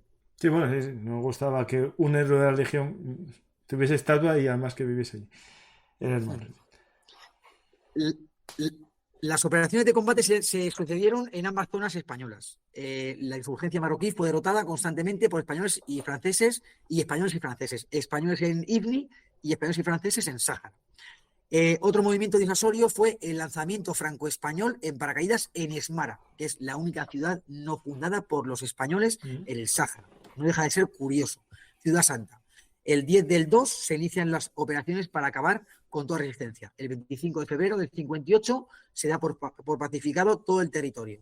Y el mes de abril del 58 se produce el final de las operaciones militares. Bueno, los paracaidistas del Ejército del Aire o del Escuadrón del Aire. Bueno, el germen del ejército, el germen de los paracaidistas militares no ocurre en la brigada paracaidista, ocurre en el Escuadrón Paracaidista del Ejército del Aire, en el año 46, con el nombre de la primera bandera de la primera legión de tropas de aviación. Su primer jefe fue el capitán Ramón Salas Larrazábal, y con sede en Alcalá de Henares. Fíjense que toda la gente a lo mejor tiende a ubicar geográficamente a la brigada paracaidista en Alcalá de Henares, como así ha sido siempre, hasta el 2004, hasta el 2002, que se fueron primera bandera, grupo de lanzamiento y artillería a Paracuellos, y hasta el 2007, que se fueron el resto de unidades para Paracuellos. Pero realmente, en un principio, también la sede de este escuadrón paracaidista, este pionero, estaba en Alcalá de Henares. Se va a cambiar el nombre, primera bandera de paracaidistas de aviación en el 47, y ahí pongo en negrita porque va a ser la unidad que haga los saltos de combate en el Sáhara. El primer escuadrón de paracaidistas en el 53. Luego pasará a ser la escuadrilla de zapadores, paracaidistas en el 65, que actualmente está con su sede en Alcantarilla, en Murcia. Ahí tenemos 3 fotos, una escarapela del primer escuadrón, que va a saltar en paracaídas tanto en Esmara como en Lagunía, y un estandarte con la bandera de España, en la que tenemos 4 palabras, uno a cada lado, y pone Ifni Sáhara, las contiendas, porque al igual que la brigada paracaidista, la agrupación de banderas paracaidistas no estuvo en el Sáhara, solo estuvo en Ifni. El escuadrón paracaidista sí estuvo en Ifni y después se transportó al Sáhara. Y sus 2 saltos de guerra, en Esmara y en Lagunía. Mira, Y tengo bueno, aquí, pero Rubén, te interrumpo, pero tengo un artículo sí, mío de hace ya unos años en el que hice un breve resumen de la historia del paracaidismo español. Y tengo aquí un dato que murieron 37 integrantes de las banderas de paracaidistas en el Shidifni. pues mira, no lo sabía, no 37. lo sabía. Error mío, error. Cuando vean Pero el no en vídeo, saltos, en mis combate. compañeros me van a matar. No, en el salto no, en el salto no. En el salto no murió nadie. Sí, sí. Hubo 4 lanzamientos y por suerte no murió nadie. De hecho, tengo aquí Bueno, una frase que te va a gustar a ti. Es del teniente coronel Crespo, de Castillo. sí, Nunca una nueva unidad ha abierto tan brillantemente su historial de guerra como esa. Hasta hace poco bisoña agrupación de paracaidistas. Y si hacemos honor al espíritu combativo, a la magnífica preparación física puesta de manifiesto, siempre que hubo que hacer un supremo esfuerzo, y el valor ya reconocido y altamente acreditado en todas las operaciones en que ha tomado parte la agrupación. Bien podemos decir que el espíritu heroico de la gloriosa legión y el arrojo y coraje de nuestros infantes han reencarnado brillantemente en estos nuevos y heroicos legionarios paracaidistas. ole, toma ya. Entonces, Claro que sí, sí, lo sí. tengo ahí en el blog, para que lo veas. Bautismo de fuego, vamos, pero bueno, efectivamente. Bueno, y ahí tenemos abajo el emblema actual de la EZAPAC, del escuadrón de zapadores paracaidistas. Solo merece vivir quien por un noble ideal está muerto, está dispuesto a morir. Este ideario, este eslogan, lo instauró el teniente coronel Gómez, del que luego vamos a hablar, que sin saberlo en ese momento va a ser el militar de más alta graduación en hacer un lanzamiento de guerra. Luego vamos a hablar un poco de él. Vale, pasa. Ahí tenemos pues los componentes del Escuadrón del Aire en el curso paracaidista, en uno de los cursos paracaidistas. Vale, pasa. El día 7 de diciembre del 57, Por cierto, el día 7 y día 8 van a morir paracaidistas de la segunda bandera en operaciones de combate. El escuadrón al completo, 320 personas, más un perro, un mastín, Ujú. embarca en Getafe con destino a Ifni. Y después embarcarán con destino al Sáhara el día 1 del 2 del 58. O sea, van a estar haciendo operaciones de combate en noviembre, en diciembre y enero en Ifni, y luego se van a transportar en febrero al Sáhara. Y les va a cundir porque van a hacer 2 saltos paracaidistas. O sea que les va a cundir bastante. La guerra ya hace días que ha empezado y España tiene decenas de bajas entre sus filas. Es evidente que los paracaidistas del Ejército del Aire van a ser enviados a los puestos de mayor Ujú. riesgo y fatiga a vanguardia. Francia y España acuerdan apoyarse en este nuevo escenario bélico, el Sáhara. La misión principal en este frente es muy sencilla: buscar, encontrar y aniquilar a los grupos rebeldes situados en el norte del Sáhara, para posteriormente proseguir la limpieza del centro y sur del territorio. Las operaciones en Ifni son única y exclusivamente de las tropas españolas. A las 4:30 de la mañana del día 7 de diciembre se toca general en la base de Alcalá de Henares. El escuadrón forma e inicia los preparativos finales para ser desplegado en Ifni. Salida de Getafe a las 9:15. Llegada a Sevilla a las 10:40. Salida de Sevilla a las 12:05. Llegada a Ifni a las 4:20. Se recibe la orden de que una compañía se encargue de la defensa del aeródromo de Sidi Ifni. Y allí va la primera compañía, porque en ese momento no le decían primera escuadrilla, le decían primera compañía. Ujú. Yo he buscado en muchos sitios y al final, bueno, pues tengo fuentes y tengo también memorandos, y también tengo el diario de guerra de la EZAPAC, en la que pone primera compañía, segunda compañía, no pone primera escuadrilla, eso es más adelante. Entonces, pues yo me ciño aquí. Claro, La a lo primera mejor usan el compañía, término escuadrilla para marcar más que son del aire frente a la compañía que es más sí, de pero, tierra, ¿no? Pero en claro, este sí, pero me momento no, refiero. sí, sí, sí. En este momento, la primera compañía es del Ejército del Aire. Entonces, pues yo lo pongo así como vienen Sí, sí. como viene en lo que he encontrado, ¿no? En las fuentes que he encontrado. Al mando del capitán Pérez Ramos. El resto de compañías están de reserva. De este modo, el escuadrón paracaidista del Ejército del Aire, incluyendo su mascota, ha pasado lista de lanza en Alcalá de Henares y pasará retreta en Ifni el mismo día 7. Esto pasa con muchas unidades. Uno se levanta en su unidad de origen y, si vienen mal dadas, pues al final pasa retreta en zona de operaciones, por así Mm. decirlo, ¿no? La operación Teide o Ecubillón, según sea para España o según sea para Francia. Operación conjunta entre ambos países. 3 fases. Fase previa, primera fase, segunda fase. En la fase previa, únicamente de interés para España. Y se tiene que posicionar entre el paralelo 27 grados y 40 minutos Hidra. Y es el cierre en ambos sentidos. La primera fase, tropas españolas parten de Layún y las francesas de Fort Trinquet, con la misión: completar la destrucción de la infraestructura rebelde en Saguía el Amra. Y en la segunda fase, eliminación de cualquier núcleo enemigo de resistencia y ocupación por parte de los franceses de la ciudad santa de Esmara. Hay 2 grupos: tropas españolas y tropas francesas. Bueno, tropas españolas, agrupación táctica AGT, agrupación táctica Alfa, al mando del coronel Mulero, con base en Layún. Aquí se va a meter al escuadrón paracaidista del Ejército del Aire, la agrupación Bravo y la agrupación Charlie en Villa Benz y en Villa Cisneros. Y las tropas francesas, agrupación táctica Gral y agrupación táctica Vidal.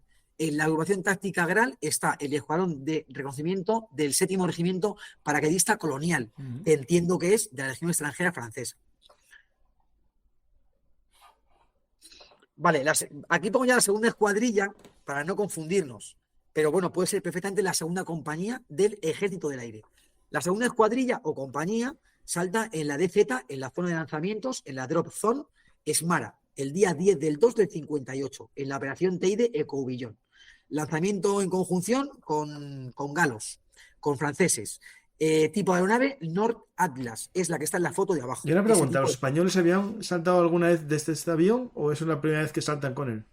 Pues no lo sé, pero tiene pinta de que no. Tiene pinta de que Claro. no, porque tengo un montón de información haciendo saltos paracaidistas de los españoles, que no estaba el aire allí, solo estaba la agrupación de banderas paracaidistas, y saltan siempre de Juncker 52. Mm. Entonces, como las tropas del aire vienen de Madrid en diciembre y se van en febrero para el Sáhara, pues tiene pinta de que no han saltado de este tipo de avión. Ya, bueno, esto parece a priori más sencillo porque las alas están por delante de la puerta de salto, ¿no? Bueno, no hay salto No, sencillo, no, ¿eh? digo, no, en ese aspecto, no, en ese Y aspecto. más, y más en tiempo de guerra, que no sabes lo que te espera debajo. No, digo, pero se nota mucho el cambio de avión. Bueno, sí, a ver, yo como paracaidista y también como jefe de salto, lo que puedo decir es que, o sea, un lanzamiento limpio, por así decirlo, el despliegue de campana, de cordones, sin enrollamiento, menos traumático y crítico para el saltador es por puerta, perdón, por rampa, en vez de por puerta. Por puerta es más complicado, pero bueno, en esta época, como puedes ver, era solo por puerta. O sea, el tema de la rampa se fue con el tiempo haciendo una realidad, ¿no? Pero sí, sí, efectivamente, al final vas con todo el equipo, la puerta te parece muy pequeña y bueno, pues al final pues sales como puedes, ¿no? Sales con enrollamiento o sin él y bueno, y haciendo las cosas que tienes que hacer. En el caso actual, bueno, pues tienes que mirar, o sea, tienes que contar Sí, hasta, sí. como dije antes, ¿no? Contar hasta 1004, verificar que la campana está abierta, mirar a ambos lados para ver la situación de tus compañeros. Hablo de un lanzamiento en automático, que son los que se van a producir en esta guerra, los 4 que tenemos. Sí. Pero este Mirar a avión ambos parece lados. diseñado ya para esto, ¿no? Porque como tiene las alas por encima, para adelante, doble cola, es un poco un avión muy Sí, extraño, ¿no? pero en esa época un salto paracaidista era algo muy pionero. Se comenzó a practicar en la Segunda Guerra Sí, sí, Mundial y sí. la Segunda Guerra Mundial acabó hace poco tiempo y bueno, eran saltos masivos como puedes ver, ¿no? En Creta, en Normandía, en muchos sitios, ¿no? Bueno, lo que decía con respecto al tema del salto paracaidista en automático, ¿no? Sales al aire, verificas la campana, cuentas hasta 1004, lo rápido que puedas o lo lento que puedas, verificas la campana, ves que está bien, miras a ambos lados, buscas la situación tuya y de tus compañeros, ves que no bajas más rápido que el resto y ya pues te tienes que dedicar a hacer tus cosas, que es soltar la mochila, que va con una largadera, y si vas con una MG42, pues también liberar la MG42, que va con otra largadera, y bueno, pues buscar un poco la zona, si vas como sargento, si vas como jefe de equipo, jefe de petón, jefe de sección, pues tendrás que buscar más la zona a donde tienes que ir con tus chavales y donde tienes que Ujú. reagruparte y prepararte para la toma. Esto en tiempo de paz. En tiempo de guerra no quiero ni pensar. Ya, sí, sí. A uno, como cualquier cosa, a lo mejor le puede parecer que le disparan, ¿no? Creo yo. Ujú. Eh, vale, el día 4 de febrero se unen los franceses a los españoles en la Llum para preparar el lanzamiento sobre Esmara. Inicialmente estaba previsto para el día 6, pero los problemas de repuestos, equipos, víveres y reservas de agua y munición hicieron que el lanzamiento se propusiera al día 10, el infierno español. El día 10, el día D, la aviación hispano-francesa ametralla las posiciones rebeldes desde primera hora. A las 14 horas, la agrupación táctica Gral divisa Esmara. Simultáneamente, aviones Nord Atlas de la Fuerza Aérea Francesa lanzan a la segunda escuadrilla española y a sus homólogos nacionales franceses sobre el aeropuerto, que fue asegurado sin novedad, sin ningún tipo de novedad. Los franceses realizan otro lanzamiento al día siguiente en Sidi Hamed Larosi, que está a 20 kilómetros al oeste de Esmara, con mucha menos suerte que este primer lanzamiento. 3 muertos y 8 heridos. Ujú. Vale, ahí tenemos tres imágenes de las operaciones de combate que se van a suceder desde este lanzamiento, el día 8 de febrero, hasta el 24 de febrero, en la que, bueno, de izquierda a derecha se puede ver cómo hay mucha insurgencia, que es lo que está pintado de verde, y cómo finalmente pues, ya casi no queda insurgencia, y los movimientos con las flechas rojas o azules, francesas o españolas respectivamente, en estas posiciones. Se puede ver ya que el 24 de febrero está totalmente Sí, sí. pacificado el Sáhara, por lo que les dije antes. La aviación y los vehículos a motor hacen que esas acciones ofensivas y esa filtración no valga para nada con los camellos. En Esmara, el corazón del desierto, el lugar en el que pasaría a la historia como el primer lanzamiento paracaidista en tiempo de guerra del Ejército del Aire, los paracaidistas españoles se pusieron a las órdenes de los franceses de la agrupación táctica Vidal. Con esas acciones paracaidistas, además del uso de los carros de combate, así como ataques constantes de la aviación europea y la gran coordinación de estas, los rebeldes supieron que no podrían doblegar el empuje de los ejércitos del viejo continente. El desierto hacía honor a su nombre, estaba completamente desierto.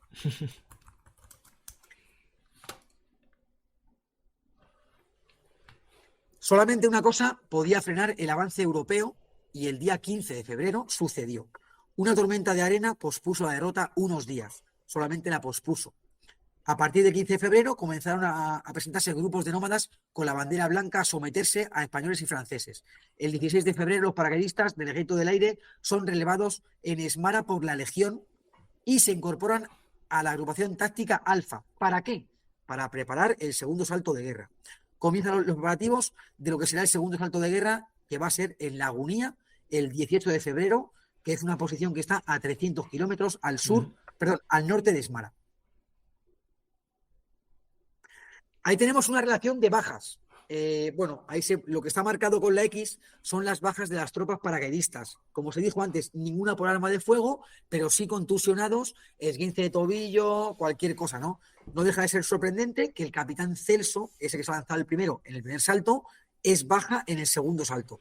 Y que también hay un pater que luego veremos en la traspa siguiente, también salta y también es baja. Bueno, baja. Tiene una contusión, un esguince de tobillo. Bueno. Claro, efectivamente. Bueno, el escuadrón hace un segundo salto de Z Lagunía, zona de lanzamientos Lagunía, el día 18 de febrero. La TOT, Time on Target, tiempo estimado en el objetivo, que es el primer saltador en ese momento, es a las 11:40 de la mañana. La operación Moravito. Lanzamiento en conjunción con paracaidistas galos. Persecución a los rebeldes, enemigos y corte de suministros a retaguardia. Lesionados, que no heridos por arma de fuego. El capitán capellán Eloy Pastor Díaz se lanza al vacío. O sea, tiene un salto de guerra, un capellán, y es el que vemos en la foto arriba. No se encuentra resistencia y los insurrectos habían vuelto a huir al ver tantos movimientos tácticos en la zona. Ese mismo día acaban las operaciones de combate en el desierto del Sáhara. Otro salto más paracaidista que se lleva esa unidad para su bagaje. Este sí que es un cura que acompaña a su rebaño, ¿eh? Sí, señor. Sí, efectivamente. El capitán Celso Díaz Pérez, de la segunda escuadrilla, salta el primero en Esmara y en Lagunía saltan 133 miembros del escuadrón. En el primer salto salta la segunda escuadrilla y en el segundo salto salta el escuadrón.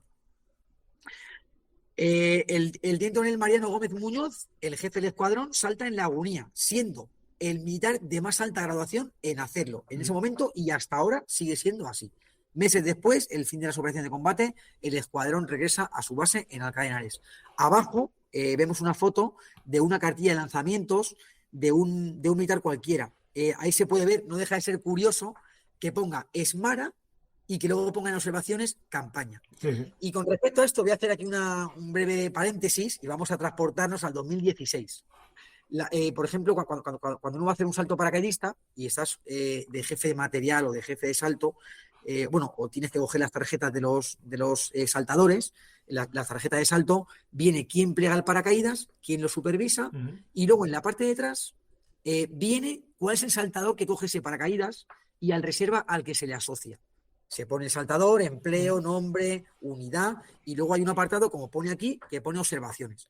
Bueno, pues yo he visto en observaciones, en el 2016, una tarjeta de un saltador que ponía observaciones, GEMAD.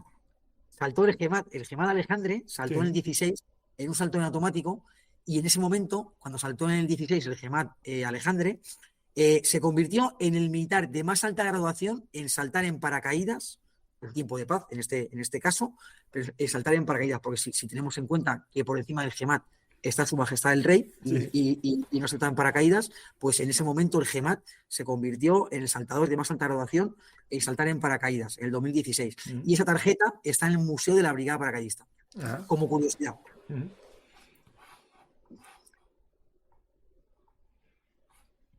Bueno, ahí tenemos una página que me dejó el suboficial mayor de la EZAPAC para que pudiera copiarla y para que pudiera, pues hacer esta charla, esta conferencia, lo más real posible, ¿no? Esta información se ha extraído del libro de operaciones del escuadrón y del diario de guerra de la unidad.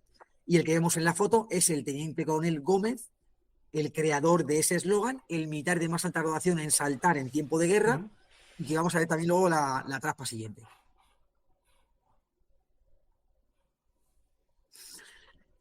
El teniente Mariano Gómez no lo podía intuir en ese momento, pero sería el militar español de mayor graduación en realizar un salto paracaidista en tiempo de guerra. Murió en Madrid en 2013 a los 93 años y llegó a ser general de división. Fue el que creó el eslogan actual de la EZAPAC: solo merece vivir quien por un noble ideal está dispuesto a morir. ¿Y esta imagen que pones aquí es ese momento? Sí, 57. Esa imagen, la imagen de arriba, es el teniente coronel hablando en las operaciones de IGNI. En IGNI, sí. Pues, o uno de sus capitanes. Sí.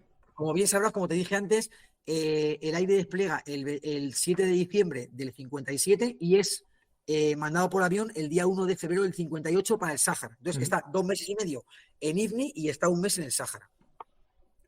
¿El sacerdote será el mismo que salta después? Perdón, El sacerdote de la foto será el mismo que salta, el capellán. Uf, no lo sé, no lo sé. Me llama atención. Si es la misma unidad, puede que sí. No lo sé, no me he fijado bien, tiene razón, no me he fijado bien. Ahí me has pillado. Hay que investigar. Bueno, ahí tenemos las operaciones de combate que se hicieron en el Sáhara. No deja de ser curioso, no llega a ser 3.000 militares en la zona de Ibni, es más pequeño el territorio, pero es más escarpado, con más orografía y con más posiciones. Y en el Sáhara español, que hay unos 10.000 militares españoles.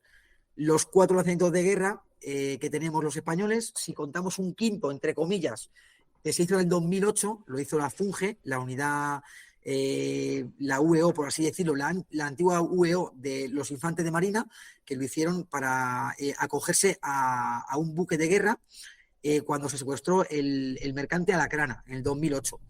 Un salto, no fue un salto de guerra, tampoco fue un salto de instrucción, pues casi de guerra, ¿no?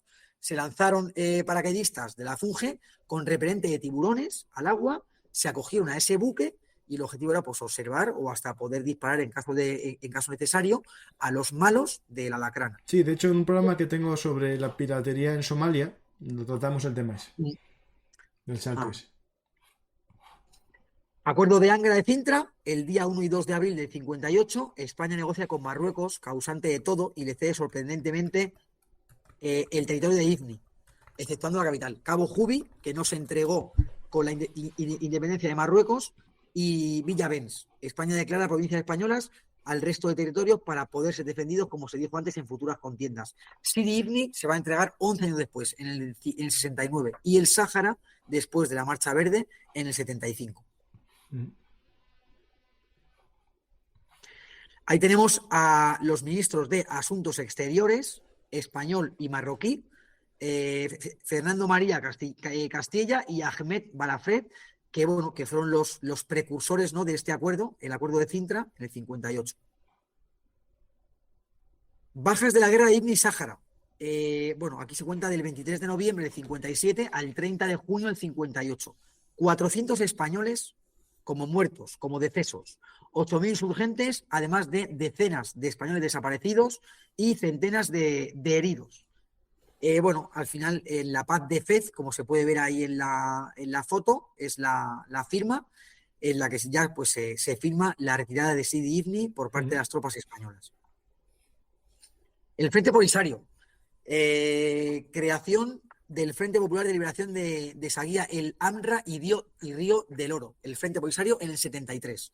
Ideales socialistas basados en la lucha argelina, como vimos antes. Bueno, lógicamente están en la órbita soviética en plena Guerra Fría.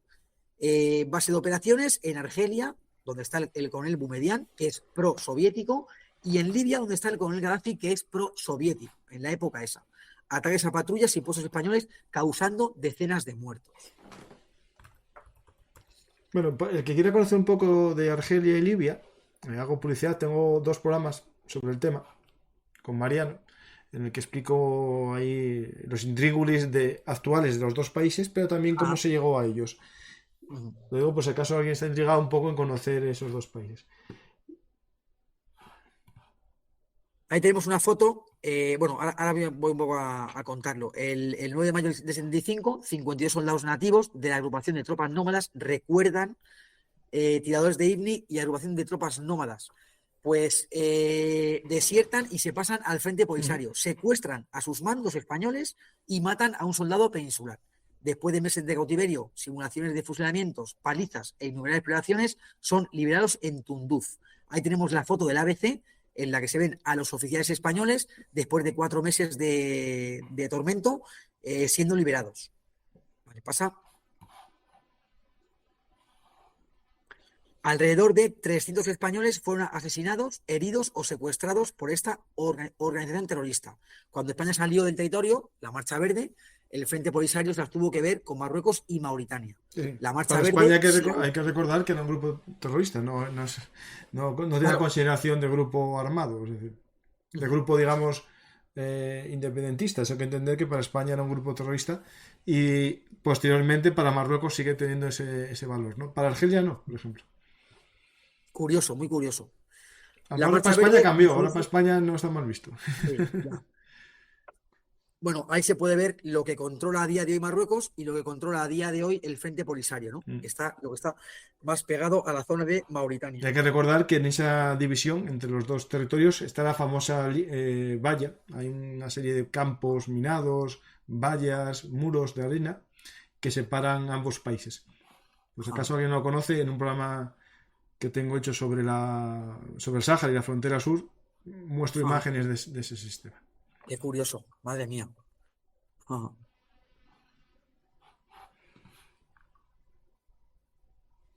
Y Vale, vamos a, podemos hablar un poco de los tiradores del IZNI, que es una de las sí, unidades así más peculiares, vamos ¿no? un poco a otra unidad, ¿no? Tiradores de IFNI son unidades de infantería reclutados con soldados autóctonos y mandos españoles, como en su día en anual la policía indígena y como también la agrupación de tropas nómadas. Creación en el 34, en plena república, cuartel general en Sidi Ifni, cómo no, ciudades de Ifni, cuartel general en Sidi Ifni, y control de zona solamente en Ifni, Mm. como dice la palabra. Tres tábores, su articulación, y durante la Guerra Civil Española combatieron en el bando nacional, como se dijo en un principio, que toda esta zona quedó bajo la influencia nacional. Mm. En la guerra de Ifni, al ceder todos los territorios, excepto su capital, Sidi Ifni, se produjo una reorganización. Y ahí tenemos pues dos fotos icónicas, ¿no? Ahí tenemos también tres fotos más, el famoso Tarbuk de tiradores de Ifni, que no de regulares. Ahí tenemos una escarapela y tenemos un vestigio en una de las paredes de lo que fue un cuartel, una Mm. posición, un destacamento, un puesto avanzado de tiradores de Ifni.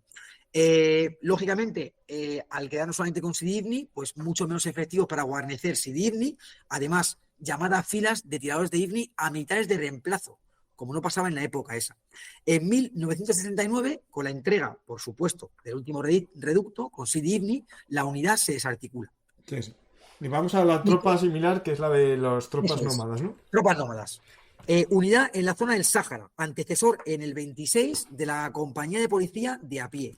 Y es personal reclutado entre las diferentes tribus saharauis bajo mando español. Es más de lo mismo. Tropa autóctona, clases de tropa autóctona y oficiales españoles. Los primeros años iban a camello y después, con la mecanización de la época, van sobre vehículos. Muchos españoles realizan el servicio militar obligatorio en tropas nómadas. Ahí tenemos tres fotos icónicas. Mm. De hecho, tengo yo un pequeño artículo en el blog, en belunartishistoriamilitar.blogspot.com, sobre estas unidades. El que lo quiera ver, que se anime a leerlo también. Porque es muy pintoresco eso, ver dromedarios, ¿no? En el ejército español.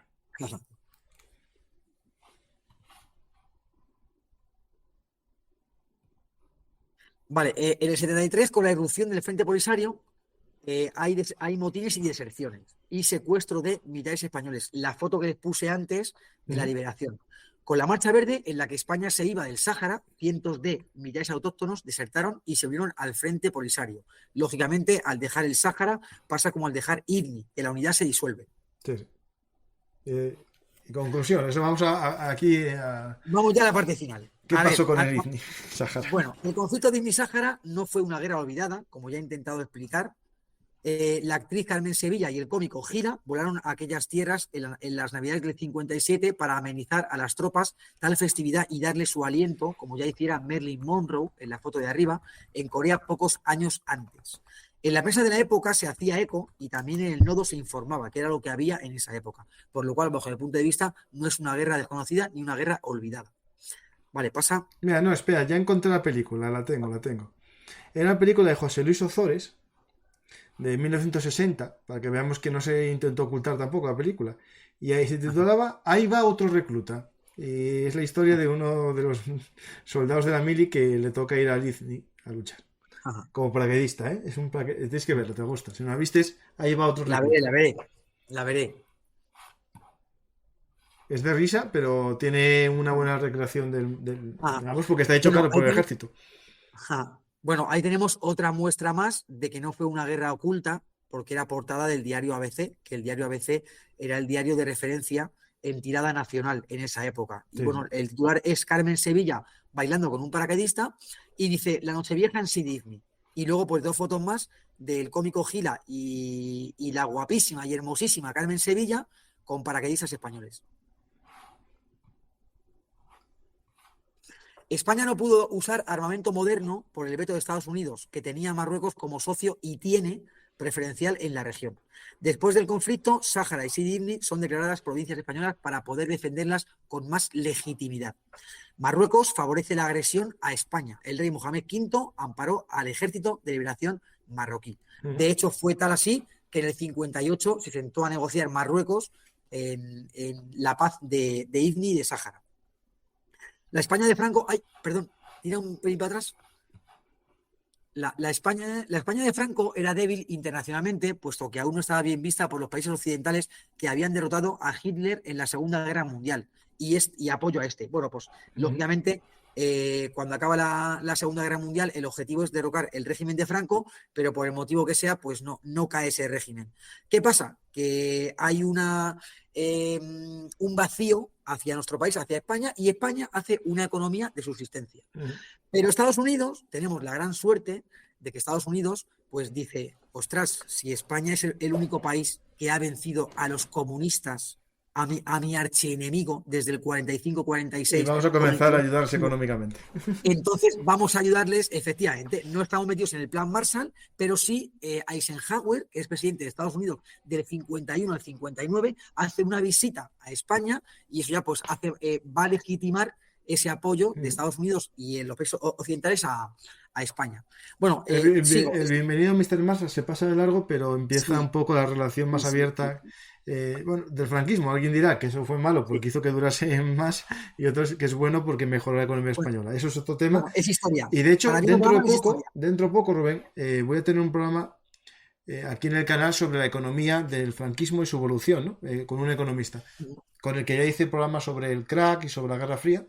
Y por tanto es interesante a lo mejor esa visión económica para entender qué pasó justo en estos años 50 con el cambio, digamos, de la influencia estadounidense y las bases americanas en España, ¿no? Claro, que es una de las concesiones que tenemos que hacer los españoles, que es que nos dejen montar bases de Estados Unidos en España. Bueno, le tiene la mano al ser un país que ha luchado y vencido a los comunistas. Y bueno, pues el famoso refrán, ¿no? De el enemigo de mi enemigo es mi amigo. Franco tiene que hacer concesiones si no quiere volver al ostracismo internacional. En este conflicto se realizan los únicos lanzamientos paracaidistas en tiempo de guerra en la historia del ejército español. Pues esperemos que por lo menos en guerra sea los últimos en mucho tiempo. Esperemos que sea solo en prácticas o en operaciones humanitarias para hacer como la grana o algo similar. Bueno, sea como fuere, que se salte con OK, con 0 bajas. Efectivamente, justo. Sí.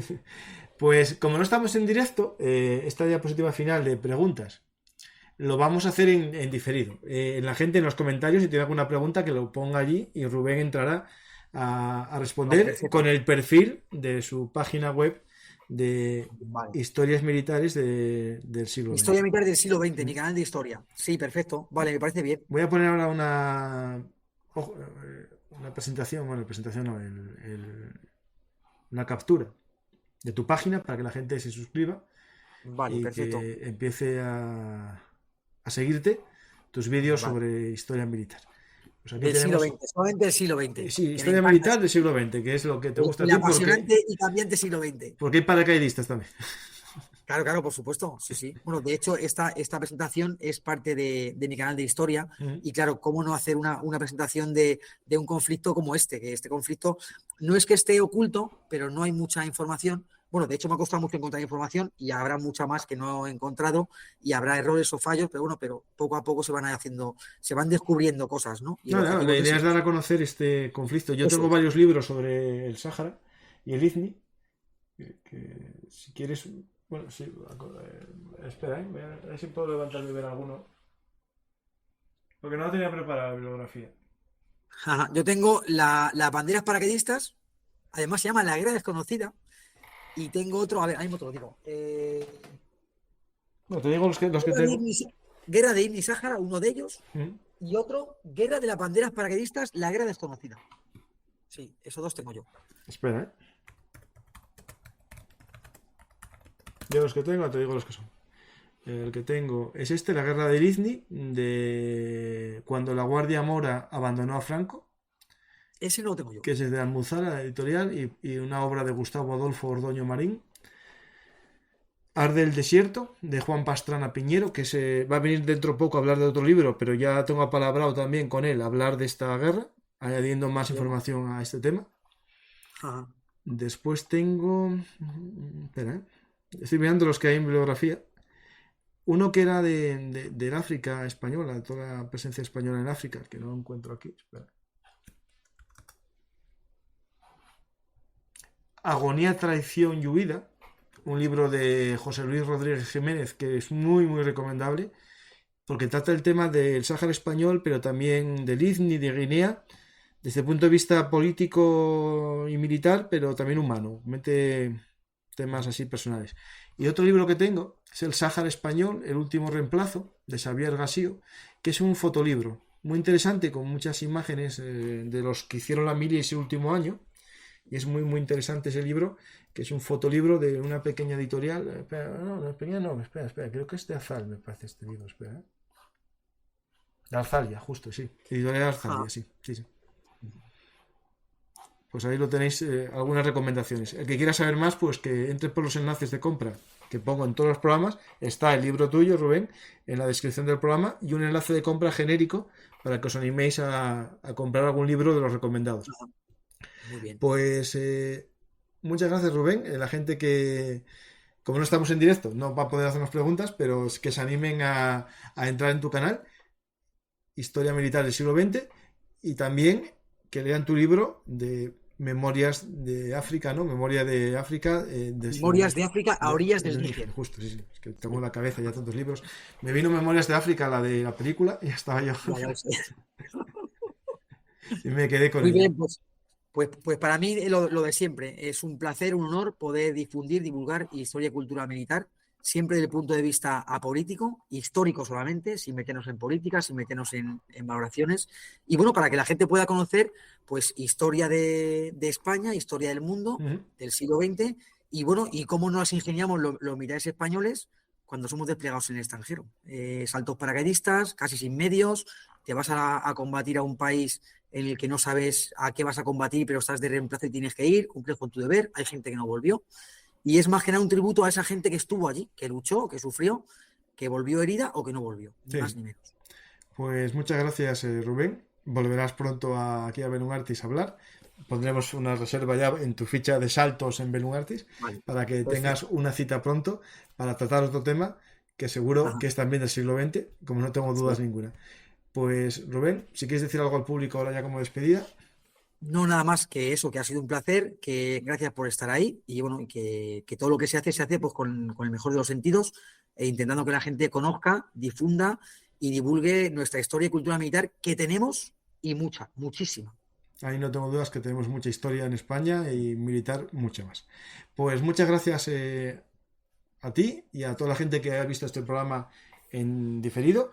Darle a me gusta, dejar un comentario, si queréis también suscribiros al canal de Belungartis para que estéis al día de tanto la actualidad como la historia, ¿no? Porque al final, como digo muchas veces, la historia fue actualidad y la actualidad se entiende si comprendemos el pasado, porque es la maestra del presente, ¿no? Pues muchas gracias a todos, espero que os haya gustado, darle a me gusta, dejar un comentario y si sois habituales en Belungartis, ya sabéis, invitarnos a un café en patreon.com, en iVoox o también en el Bizum que aparece en la descripción de todos los programas. Muchas gracias a todos y hasta la próxima Historia Hablada.